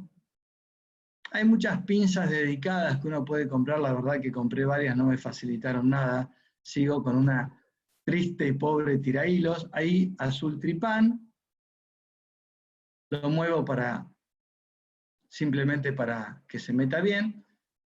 Y ahora hago el segundo corte de 8, 8,25 es lo que generalmente uso en el DIMEC, con un tapping, saco todo el reborde periférico y ya está. Esto puede durar de 5 a 10 minutos. Generalmente trato para cosechar el rollito que no sean pseudofáquicos, pido córneas o elijo córneas no pseudofáquicas, no diabéticos, porque los diabéticos suelen estar muy adheridos, mayores de 50. En realidad hay una regla que menores de 20 no se pueden sacar, de 20 a 40 es difícil, y de 40 para arriba se puede. Conteo celular buena y no más de 10, 12 días del starving, de cosechada, de sacada del cadáver. Bien. Recordemos que el anteaño pasado, gracias a Fede Cremona, a Nico Fernández Mejide, nos autorizaron a usar una córnea para 2 pacientes acá en Argentina. Entonces, esto que vieron hacer, generalmente yo hago el DALC, corro al paciente, preparo el rollito, pero uso el estroma para el DALC y el rollito lo dejo para el día siguiente. ¿Ok? No hace falta utilizarlo el mismo día, no dice nada la indicación del INCUCAI que hay que usarlo el mismo día. En realidad ellos lo que quieren saber es si el tejido es trazable. Quieren saber a quién le toca el tejido. Porque recordemos que un hígado a veces lo seccionan en 4 pedazos y se lo ponen a diferentes donantes. Bien, entonces, el estroma para el DALC y la DSM endotelio para el DIMEC. Si no quieren tener todo este problema, directamente lo pueden comprar. Que ya viene separado, precortado, precargado, con un S y preteñido. ¿De acuerdo? El costo, bueno, es el costo de la córnea más $500, que hoy día estamos hablando de mucha plata, pero se puede pedir y ya viene cargado. Esto es un tubo de Jones modificado. ¿Sí? Casi todos los bancos de Estados Unidos lo están haciendo porque, bueno, la verdad que le agregan un valor adicional y le sacan un estrés al cirujano. En algunos lugares se fijan eso. Lo más importante de esto es que siempre se pliega así. Estos puntitos que les saqué a este forro de libro son las células endoteliales. O sea, siempre el rollo tiende a enrollarse con el endotelio para afuera. Eso es así, el ser humano en todos lados es así. Uno saca una Descemet con el endotelio queda para afuera. Eso hace que uno tiene que ser muy amigable con el endotelio porque uno lo va perdiendo, si lo va manipulando, si se le cae en la mesa, si se le, no sé, si se le sale del ojo. Siempre las células endoteliales son las que van al choque y las que pierden. Bien, después de preparado, lo tiño y lo cargo en esto que me acostumbré a usar, que es la pipeta de Méliès. Es de vidrio, es muy amigable con el endotelio, recuerden que está siempre para afuera. Se carga por la parte gruesa, se deja seco, después se calza por el otro lado. La verdad que ya me acostumbré, hay algunos otros. Sarnicola tiene uno, y entonces uno lo lleva a la punta y lo deja sobre la mesa. Ahí está bien, más adelante, la verdad que es muy sensible, más adelante se puede llegar a caer, siempre hay que hacerlo con líquido por ese motivo, con líquido abajo. Y lo que no mostré y no puse en esta presentación es que al paciente, siempre en los DIMEC, hay una excepción, pero bueno, ahora se las digo, siempre en los DIMEC, en los Fuchs y en la queratopatía bullosa, hay que sacar la Descemet en el donante. Hay dos cosas para hacer, sacar la Descemet y una irectomía periférica. Algunos lo hacen, yo generalmente lo hago siempre, ¿ok? En el DESAEC se puede o no se puede sacar el donante, pero en el DIMEC siempre, salvo en los pacientes que tienen trasplante penetrante, se puede dejar el donante, pero se suelen despegar y hay mucho reburbujeo. Bueno, una vez que uno lo tiene cargado, como le mostré, me gusta, porque ya estoy al final de la curva, ya pasé la curva, empecé en el 2010, ya van más de 10 años que estoy haciendo esto, con muchas idas y vueltas. Me gusta usar la irrigación del faco, no hace falta que esté el faco prendido, un poquitito de goteo, que no se me colapse la cámara y pasar la pupila, porque me ha pasado de meterlo debajo del iris, y anda a buscarlo debajo del iris. ¿Sí? Ya empezamos mal. Entonces, paso con la pipeta de vidrio por encima de la pupila, la saco lentamente porque si hay un poco de presión positiva, tiende a salirse, y le doy un punto. Bien. Y luego, puede pasar dos cosas. Que esté todo enrollado, que no pasa generalmente cuando uno es prolijo, o que esté en esta situación, que está en la situación correcta, o sea, con el lado estromal mirando la córnea y el lado endotelial para afuera, o en esta situación que está exactamente al revés de lo que tiene que estar. Y hay algunas maniobras, que son maniobras mecánicas, como esta que es la de Motsuris, que se llama el signo de la cánula azul, que uno se puede meter con una cánula y ver si uno está del lado correcto o está del lado incorrecto.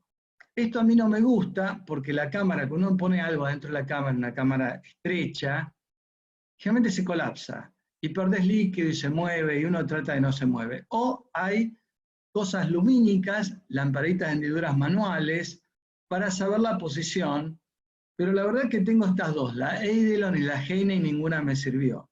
O también se pueden comprar por la módica suma de $500.000 este OCT intraoperatorio. Acá hay uno solo y lo tiene Saldívar. De estos, son muy caros estos equipos. Y como esto me daba mucho problema realmente, me daba mucho dolor de cabeza y a veces no es como decían al principio en los cursos, que si está al revés no se desenrolla, eso es mentira, se desenrolla igual. Entonces uno si lo pone y no sabe de qué lado lo está poniendo, tiene el 50% de chance de que esté bien y el 50% de que esté mal.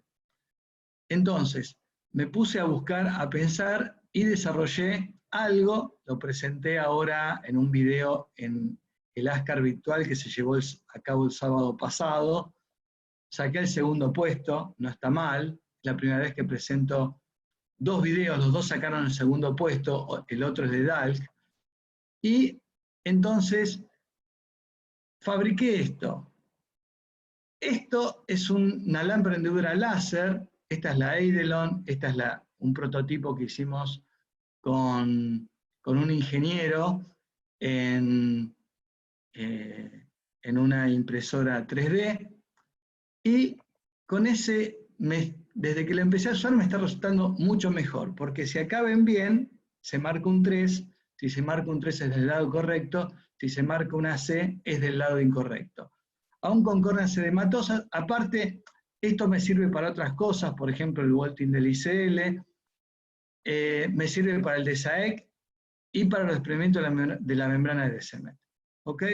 Entonces les voy a mostrar, una vez que está dentro, cómo lo desenrollo. Uno cuando hace esta cirugía se tiene que sacar el concepto y tirar, ahí estoy con el lásercito, fíjense que se vio perfectamente acá el 3, y uno trabaja con hipotalamia en esta cirugía, no es una FACO tiene la cámara amplia, profunda, hay que trabajar con hipotalamia e ir desenrollando y centrando. Uno no puede desenrollar y dejarlo totalmente descentrado, entonces se puede trabajar con una cánula, hay diferentes maniobras, en realidad tienen nombres propios.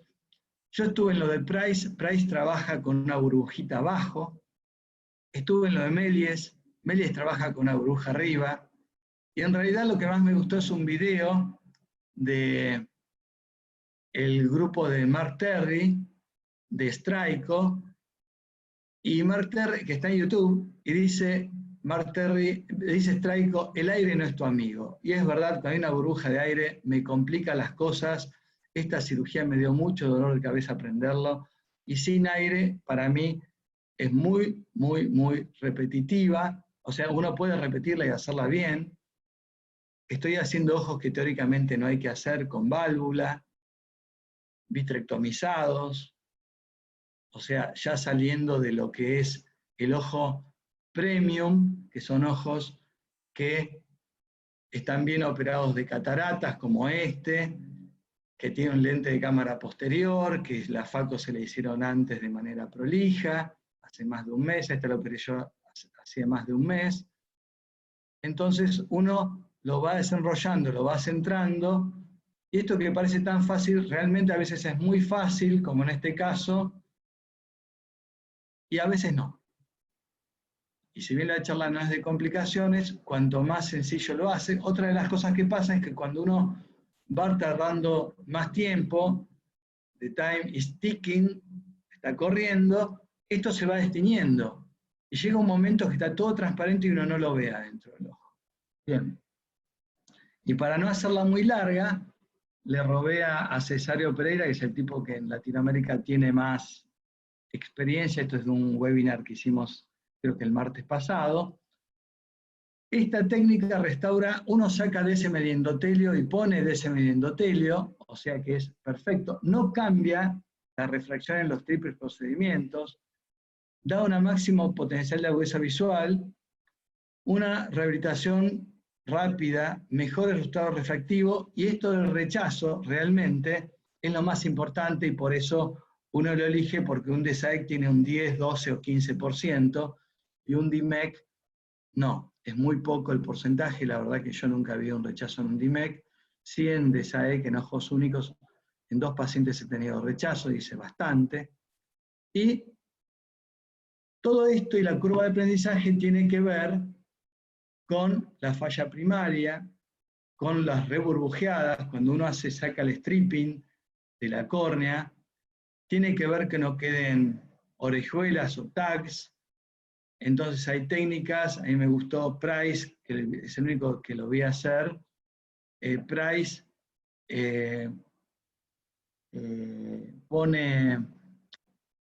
pone azul tripán y ve si quedan orejuelas, y en realidad los resultados, y esto es el leitmotiv de esta cirugía, en los rechazos es muy bajo los resultados, Price dicen 2,6%, es más, hay estudios, no lo encontré, no lo busqué, que dicen que si uno le da corticoide durante un año, tienen menos de 1%. En cuanto a la falla es parecida al de SAEC, ¿ok? Así que hay que pasar la curva de aprendizaje, no es sencillo, no es como el DALC, que si uno le sale mal, uno termina en un penetrante y el paciente, bueno, igual si no lo aprendí, uno termina en un penetrante, en esto termina en un penetrante en ese momento, en esto uno termina en un nuevo trasplante más adelante. Realmente es bastante doloroso hacer esto, ponerlo al revés, no hacerlo bien, no tener claras las cosas. Les recomiendo ver muchos videos en YouTube. Hay un canal mío en YouTube que puse muchos videos y realmente hay que estar preparado. Cesario Pereira tiene en Sorocaba cursos, que es lo más cerca, después Price, después hay un curso en Arabia Saudita, después Melies, hay muchos cursos de DIMEC y la verdad que está bueno hacer un curso para no largarse solo. Y también hay alternativas como el IBDIMEC, que yo intenté hacerlo, pero no me es fácil plegarlo al revés, y uno tarda mucho tiempo en desecar, y generalmente la córnea la uso para 2 pacientes. Así que bueno, eso es todo. Si tienen preguntas me las pueden hacer. ¿Se entendió? Ya, amiguita. Qué bestia, qué cabezón que estoy, amiguita. ¿Me puedes decir el cabezón ahorita? Siempre es lindo escucharte, ¿no? A ver, lo que está mostrando Néstor acá con una facilidad enorme es una técnica que es muy costosa en lo técnico, valga la redundancia, que el ir cada vez a lo más fino en esto que hablábamos al principio, la queratoplastia selectiva, exige ser muy minucioso, tener muy buen manejo de instrumental, muy buen control del ojo. Esa lámina de 50 micras y a veces menos hace que sea complejo manipularlo dentro de un ojo que está con un mantenedor, que está con todos los fluidos y la dinámica propia de un segmento anterior. Y como dice Néstor, ¿no? O sea, uno lo ve fácil, realmente cuanto más fino, más delicado nos vamos, más complejo es. Como concepto, no... Tengo una experiencia cuando fui en el 2004 a ver la Price, porque yo empecé con esto en el 2010, al año siguiente que empezó Melies, y empecé y me fue bien en las 2 primeras y después fue un desastre. Me fui a ver la Price, y Price hacía en ese momento 12 seguidas, todas con tópica, y yo dije, bueno, esto es re fácil. Y me puso un DIMEC antes de 15 cataratas. Dije, esto lo saco en 10 minutos. Ahí era 1 hora y media y estaba luchando con el rollito. Y tenía 15 pacientes de catarata. O sea, cuando uno lo ve fácil, a veces no es tan fácil. A mí me costó mucho esta técnica, ahora la tengo bastante clara, pero uno siempre aprende de sus errores y los errores de los otros. ¿Ok? Así que bueno. Sí, sin duda. Como concepto general, a ver, la idea de esta charla es justamente mostrar un pantallazo de todo lo que estamos haciendo y es posible hacer. La charla de Pedro inicial de queratoplastia penetrante tiene su lugar, tiene su importancia, tiene su indicación, y es la cirugía que más se realiza en el mundo, eso siempre tenerlo en cuenta. Luego vamos afinando el lápiz y achicando cada vez más lo que vamos reemplazando, y eso va haciendo complejizaciones que uno tiene que ir adaptándose en el transcurso de... yo siempre cuento en el fellow, cuando yo empecé con TESAEC, era un mes de mantener heridas, un mes de preparar el donante, un mes de manipular el injerto. O sea, no es algo que uno se pueda alargar en el inicio de manera autónoma porque es complejo. la selección de lo que estamos cambiando, la selección del tejido que estamos eligiendo es cada vez más chiquito. Y un poco hace pie a esta charla que vamos a tener el viernes que viene con John Mehta. John Mehta es mi mentor en muchas cosas de córnea y es un gran amigo en Singapur que nada, va a hablar exactamente de la cirugía laminar a la cirugía tisular selectiva, ¿no? Es decir, hoy en día podemos hasta elegir lo que queremos reemplazar en un más que fino DIMEC. Entonces, trabajar sobre células o trabajar sobre membranas o reemplazos o terapia celular es un poco lo que está pisando fuerte sumado a todo lo farmacológico. Con lo cual, nada, los invitamos a esto sin duda. ¿Alguna pregunta o algún comentario sobre estas cosas que fuimos mostrando?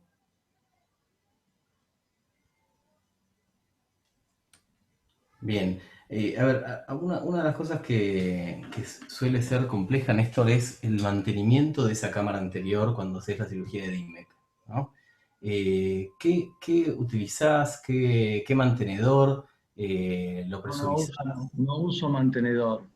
Pongo solamente la irrigación para poner la pipeta de vidrio, porque si no la pipeta de vidrio choca arriba, choca contra el endotelio y pongo el mantenedor para que llene la cámara y pongo la pipeta. Después saco la manito del faco, que está con muy poca irrigación, porque si no tenés mucho volumen en cámara y te lo rechaza el rollito directamente. Vos ponés la pipeta, lo inyectás con el vidrio y por la misma inyección, y más si le hiciste un poquitito más grande, sale por el costado. Me ha pasado. Sí, a veces cuando la hago, la incisión es de 2,8. Si la hago un poquito más grande, me ha pasado que se me sale por el costado. ¿Sí?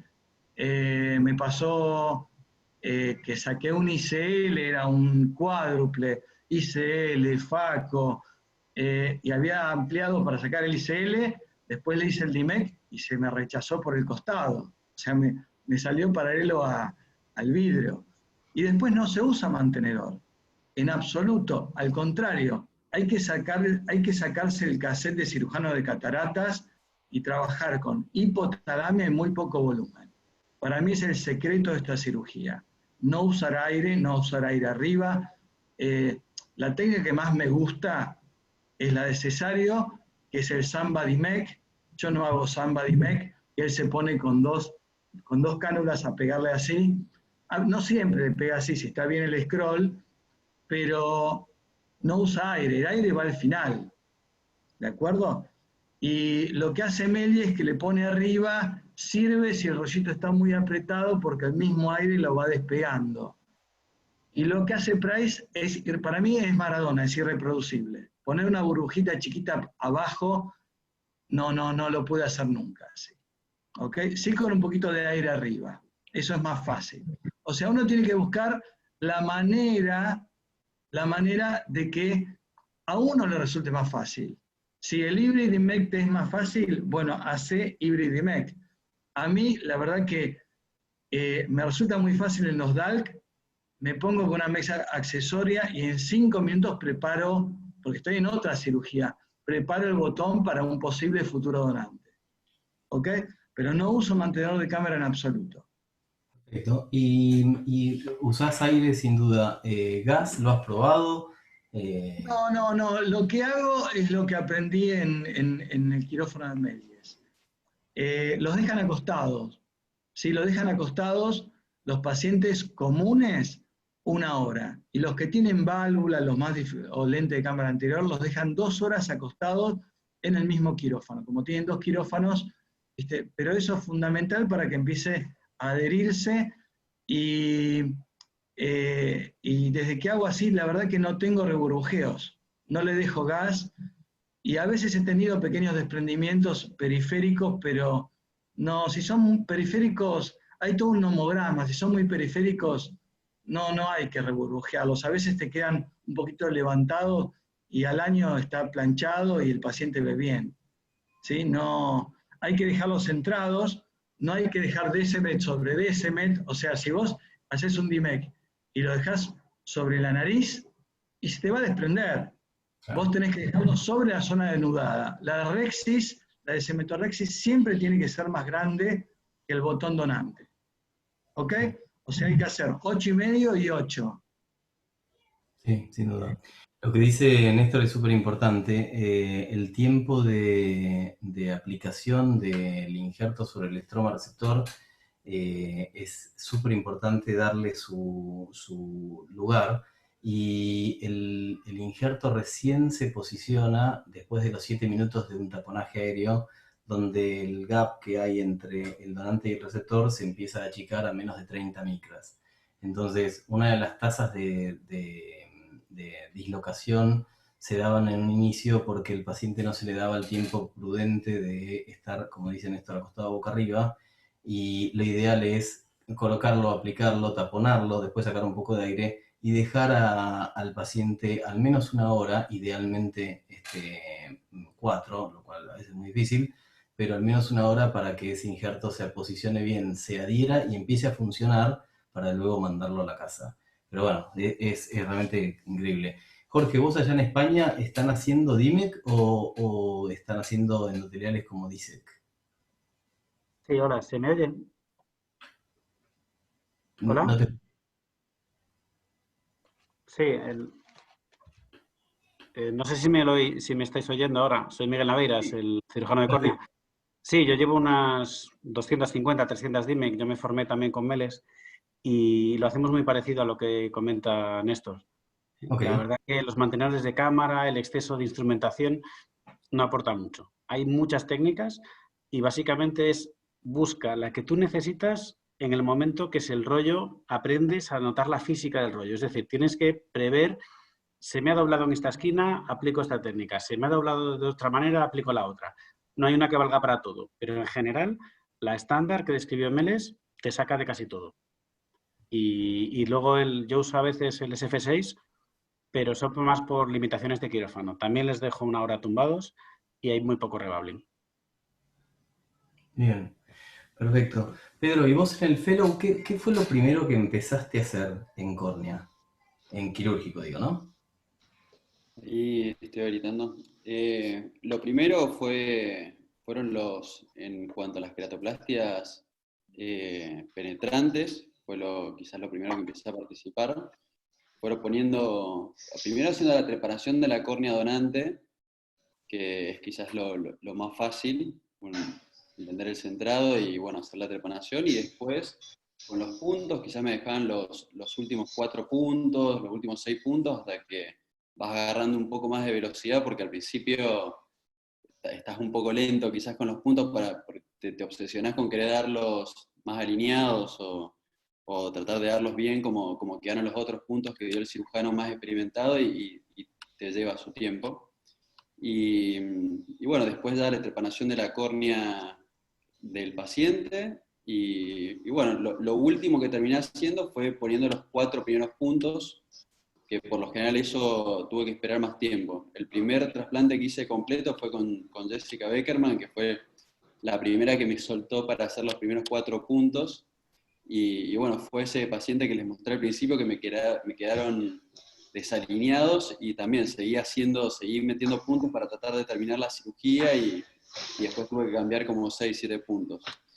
Y en cuanto a trasplantes endoteliales, lo primero fue hacer la descementorrexis, y bueno, una vez que ya empezaron a salir bien, también hacer bueno, el corte de la córnea con el microquerátomo, que ahí tuvimos 2 curvas de aprendizaje, porque primero usábamos el de Moria, y después a los 2-3 meses del fellow lo cambiamos por el ML7, y bueno, ahí tuvimos que hacer todos los del equipo de nuevo la curva de aprendizaje del microquerátomo nuevo, porque obviamente tiene diferentes mañas. Y bueno, y después ya creo que en diciembre con Nicolás me dejó hacer el primero completo. Así que nada, prácticamente esa es la curva. Y yo quería preguntarle a Néstor, porque en el hospital hacemos muy pocos DIMEC, la mayoría son casi todos DISEC, y veo que el equipo de córnea de Saldívar y a veces Nicolás ha usado el inyector de ICL para colocar el el rollo y quería saber qué opinaba de eso, porque me pareció más fácil a la hora de la preparación, pero quizás el daño sobre el rollo es mayor. Sí, yo lo usé inyectores comunes de plástico, el del ICL, y la verdad, tiene que ser de vidrio, porque raspa menos, es una cuestión lógica. No sé, no sé si hay trabajos, yo no suelo buscar trabajos, pero habría que hacer un trabajo comparativo de los inyectores de plástico, cuántas células quedan, y los inyectores de vidrio. Yo creo que los de vidrio son más amigables porque el endotelio está siempre para afuera. Es así. Entonces, cuando empecé a usar, al principio, antes de hacer el curso, cuando hice con Price, usaba cualquiera, sacaba el resorte del inyector de Faco, de un lente intraocular, y los ponía con eso. Y la verdad que de cada 5, uno o dos no levantaban la córnea y tenían falla primaria. Por algún motivo tiene que ser. Sí. Cuando lo desarrollás, no tenés que tener. Y cuando empecé con el de vidrio, la verdad que me fue mejor. Para mí es irreemplazable el vidrio con respecto al plástico. Bien, Yo ahí, Pedro, a mí me gusta mucho la técnica híbrida, y entonces eso parte con el enrollamiento al revés, ¿no? Del endotelio hacia adentro. Y el Endolight de TAN, yo lo aprendí con eso en el LISEC, por eso me gusta y me siento cómodo con eso, pero el Endolight, ahora el Ultra Thin para DIMEC, tiene una tasa de supervivencia celular muy alta, justamente por la protección que hace. Lo que la contra es que es un poco más costoso, que es descartable, aunque se puede reutilizar 2 o 3 veces. Me escucha hablar y me mata, pero es de fácil manipulación y la incisión es chiquita, ¿sí? Pero como dice Néstor, el vidrio siempre es mucho más amigable, sin duda, en el caso de enrollarlo hacia afuera. Cuando se hace una WC, sirve para eso. Y una de las cosas que quería agregar, Pedro, de lo que decís del penetrante, mi gran maestro Fernando Arazanz, me acuerdo del inicio, me fue muy claro, tenés que ser muy bueno siendo penetrante para poder pasarse el resto. O sea, el penetrante es nuestro caballo de batalla, es nuestro inicio, o sea, hay que saber hacerlo, y lo difícil es hacer un buen penetrante, ¿sí? Entonces eso, para todos los que se están iniciando y están con ganas, nada, el penetrante lleva su tiempo y uno adquiere mucha mano para después ir a lo otro. ¿Alguna otra pregunta? ¿Alguna sugerencia o algo?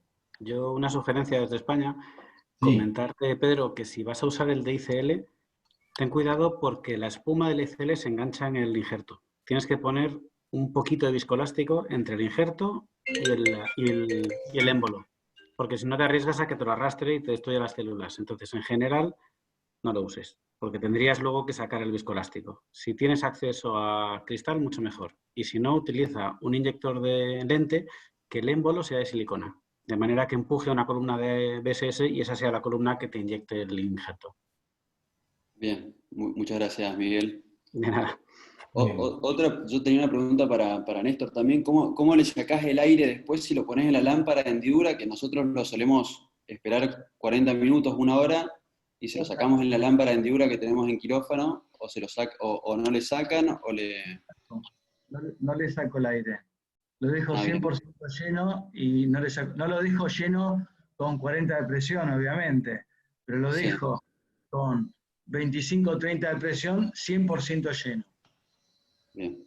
¿Ok? Y al día siguiente la histerectomía, que no la hago quirúrgica, se la hago hacer antes si se puede, está generalmente con acuoso, así que no. Una vez tuve un bloqueo, pero bueno, se había tapado la histerectomía, bueno, pasa, ¿ok? Sí. Pero si le haces bien la histerectomía, no se bloquea. Lo podés dejar lleno 100% aire que no se bloquea. No, lo dejo acostado y lo mando a la casa.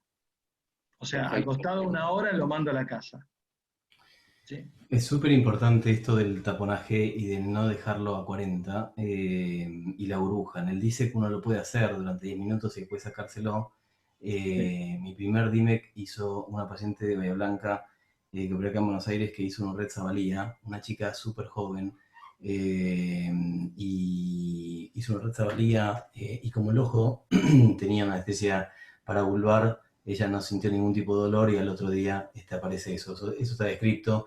Entonces, este tip que dice Néstor es fantástico. O sea, el aire, dejarlo a unos 20, 20 y pico milímetros de mercurio, no más que eso, llenando la cámara y siempre superando el diámetro del injerto para que se pegue bien. Pero hay que tener mucho cuidado y la iridotomía también es crucial. Hacerla idealmente antes o hacerla lo más chiquitita posible como para que el paciente tenga una vía de escape, ¿no? De seguridad.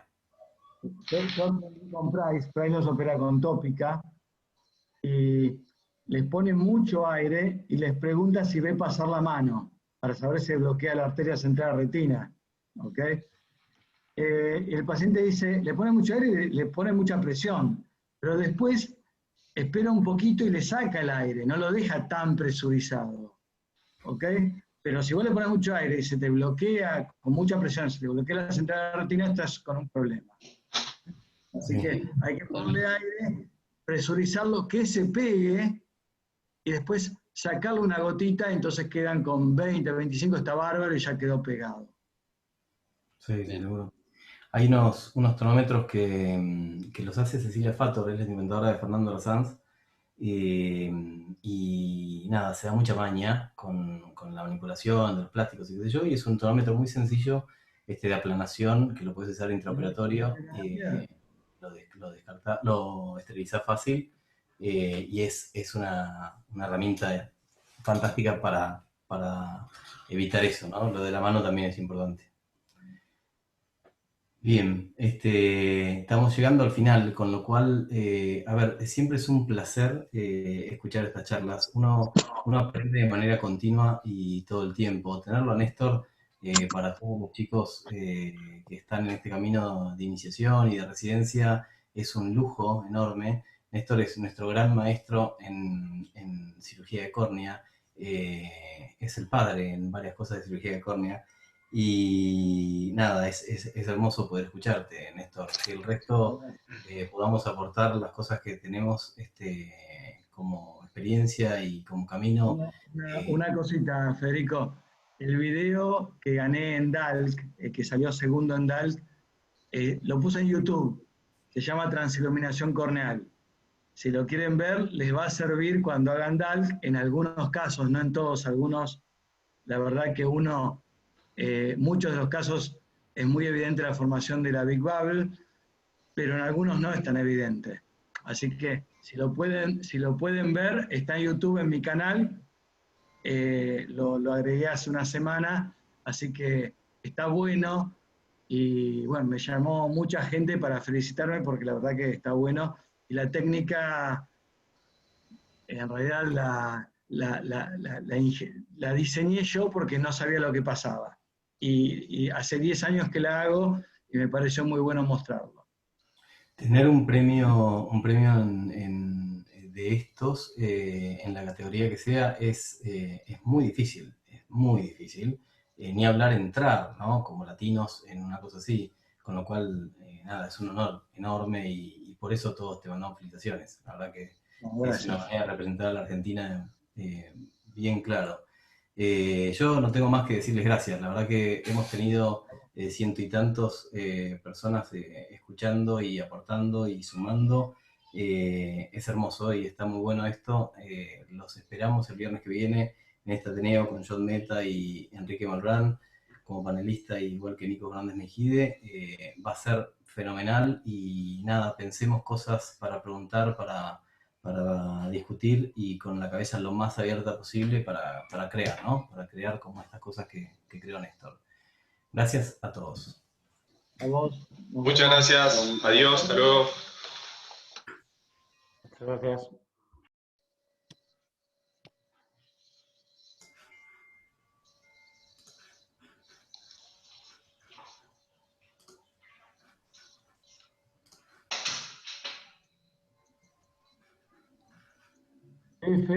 Fede, una cosita.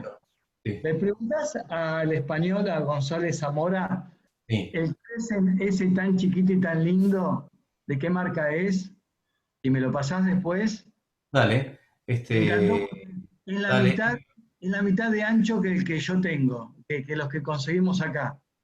El que tiene, crecen así, supongo que es ese, es ASICO, que son los crecen de TAN, que tiene el micro y el macro, el micro para iniciar y el macro para continuar. Le preguntamos a ver si es ese, pero me Bueno, lo voy parece. a buscar en el catálogo de. Lo voy a Sí, buscar en el catálogo me de. pareció que era ese. de Pero le ASICO. preguntamos, sí, dale.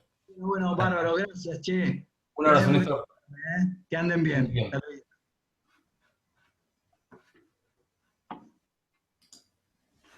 ¿Preguntabais por el Mini Crescent? Sí, Sí, no es sé. el Justo 1.25 Mini se Crescent. fue. Perdón, no te escuché. No recuerdo la marca, quién la fabrica, pero se llama 1.25 Mini Crescent. Sí.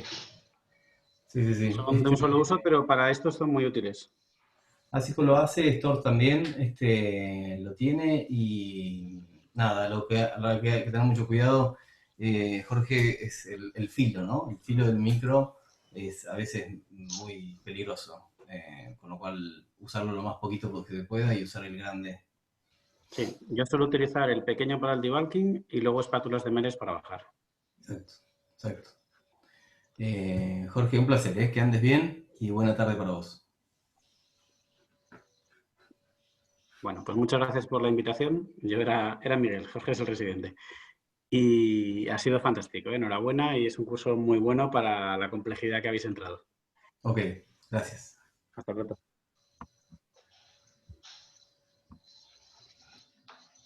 Era Miguel, Federico, Miguel.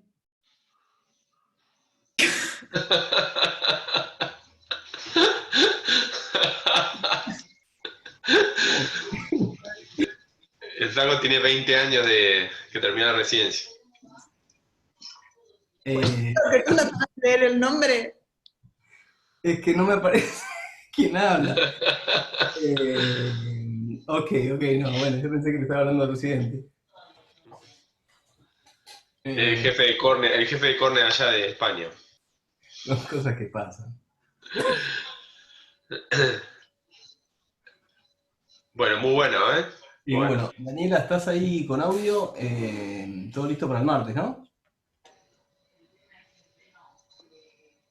¿Qué? ¿A mí me hablabas? No, a Daniela. No, a Dani. Ah.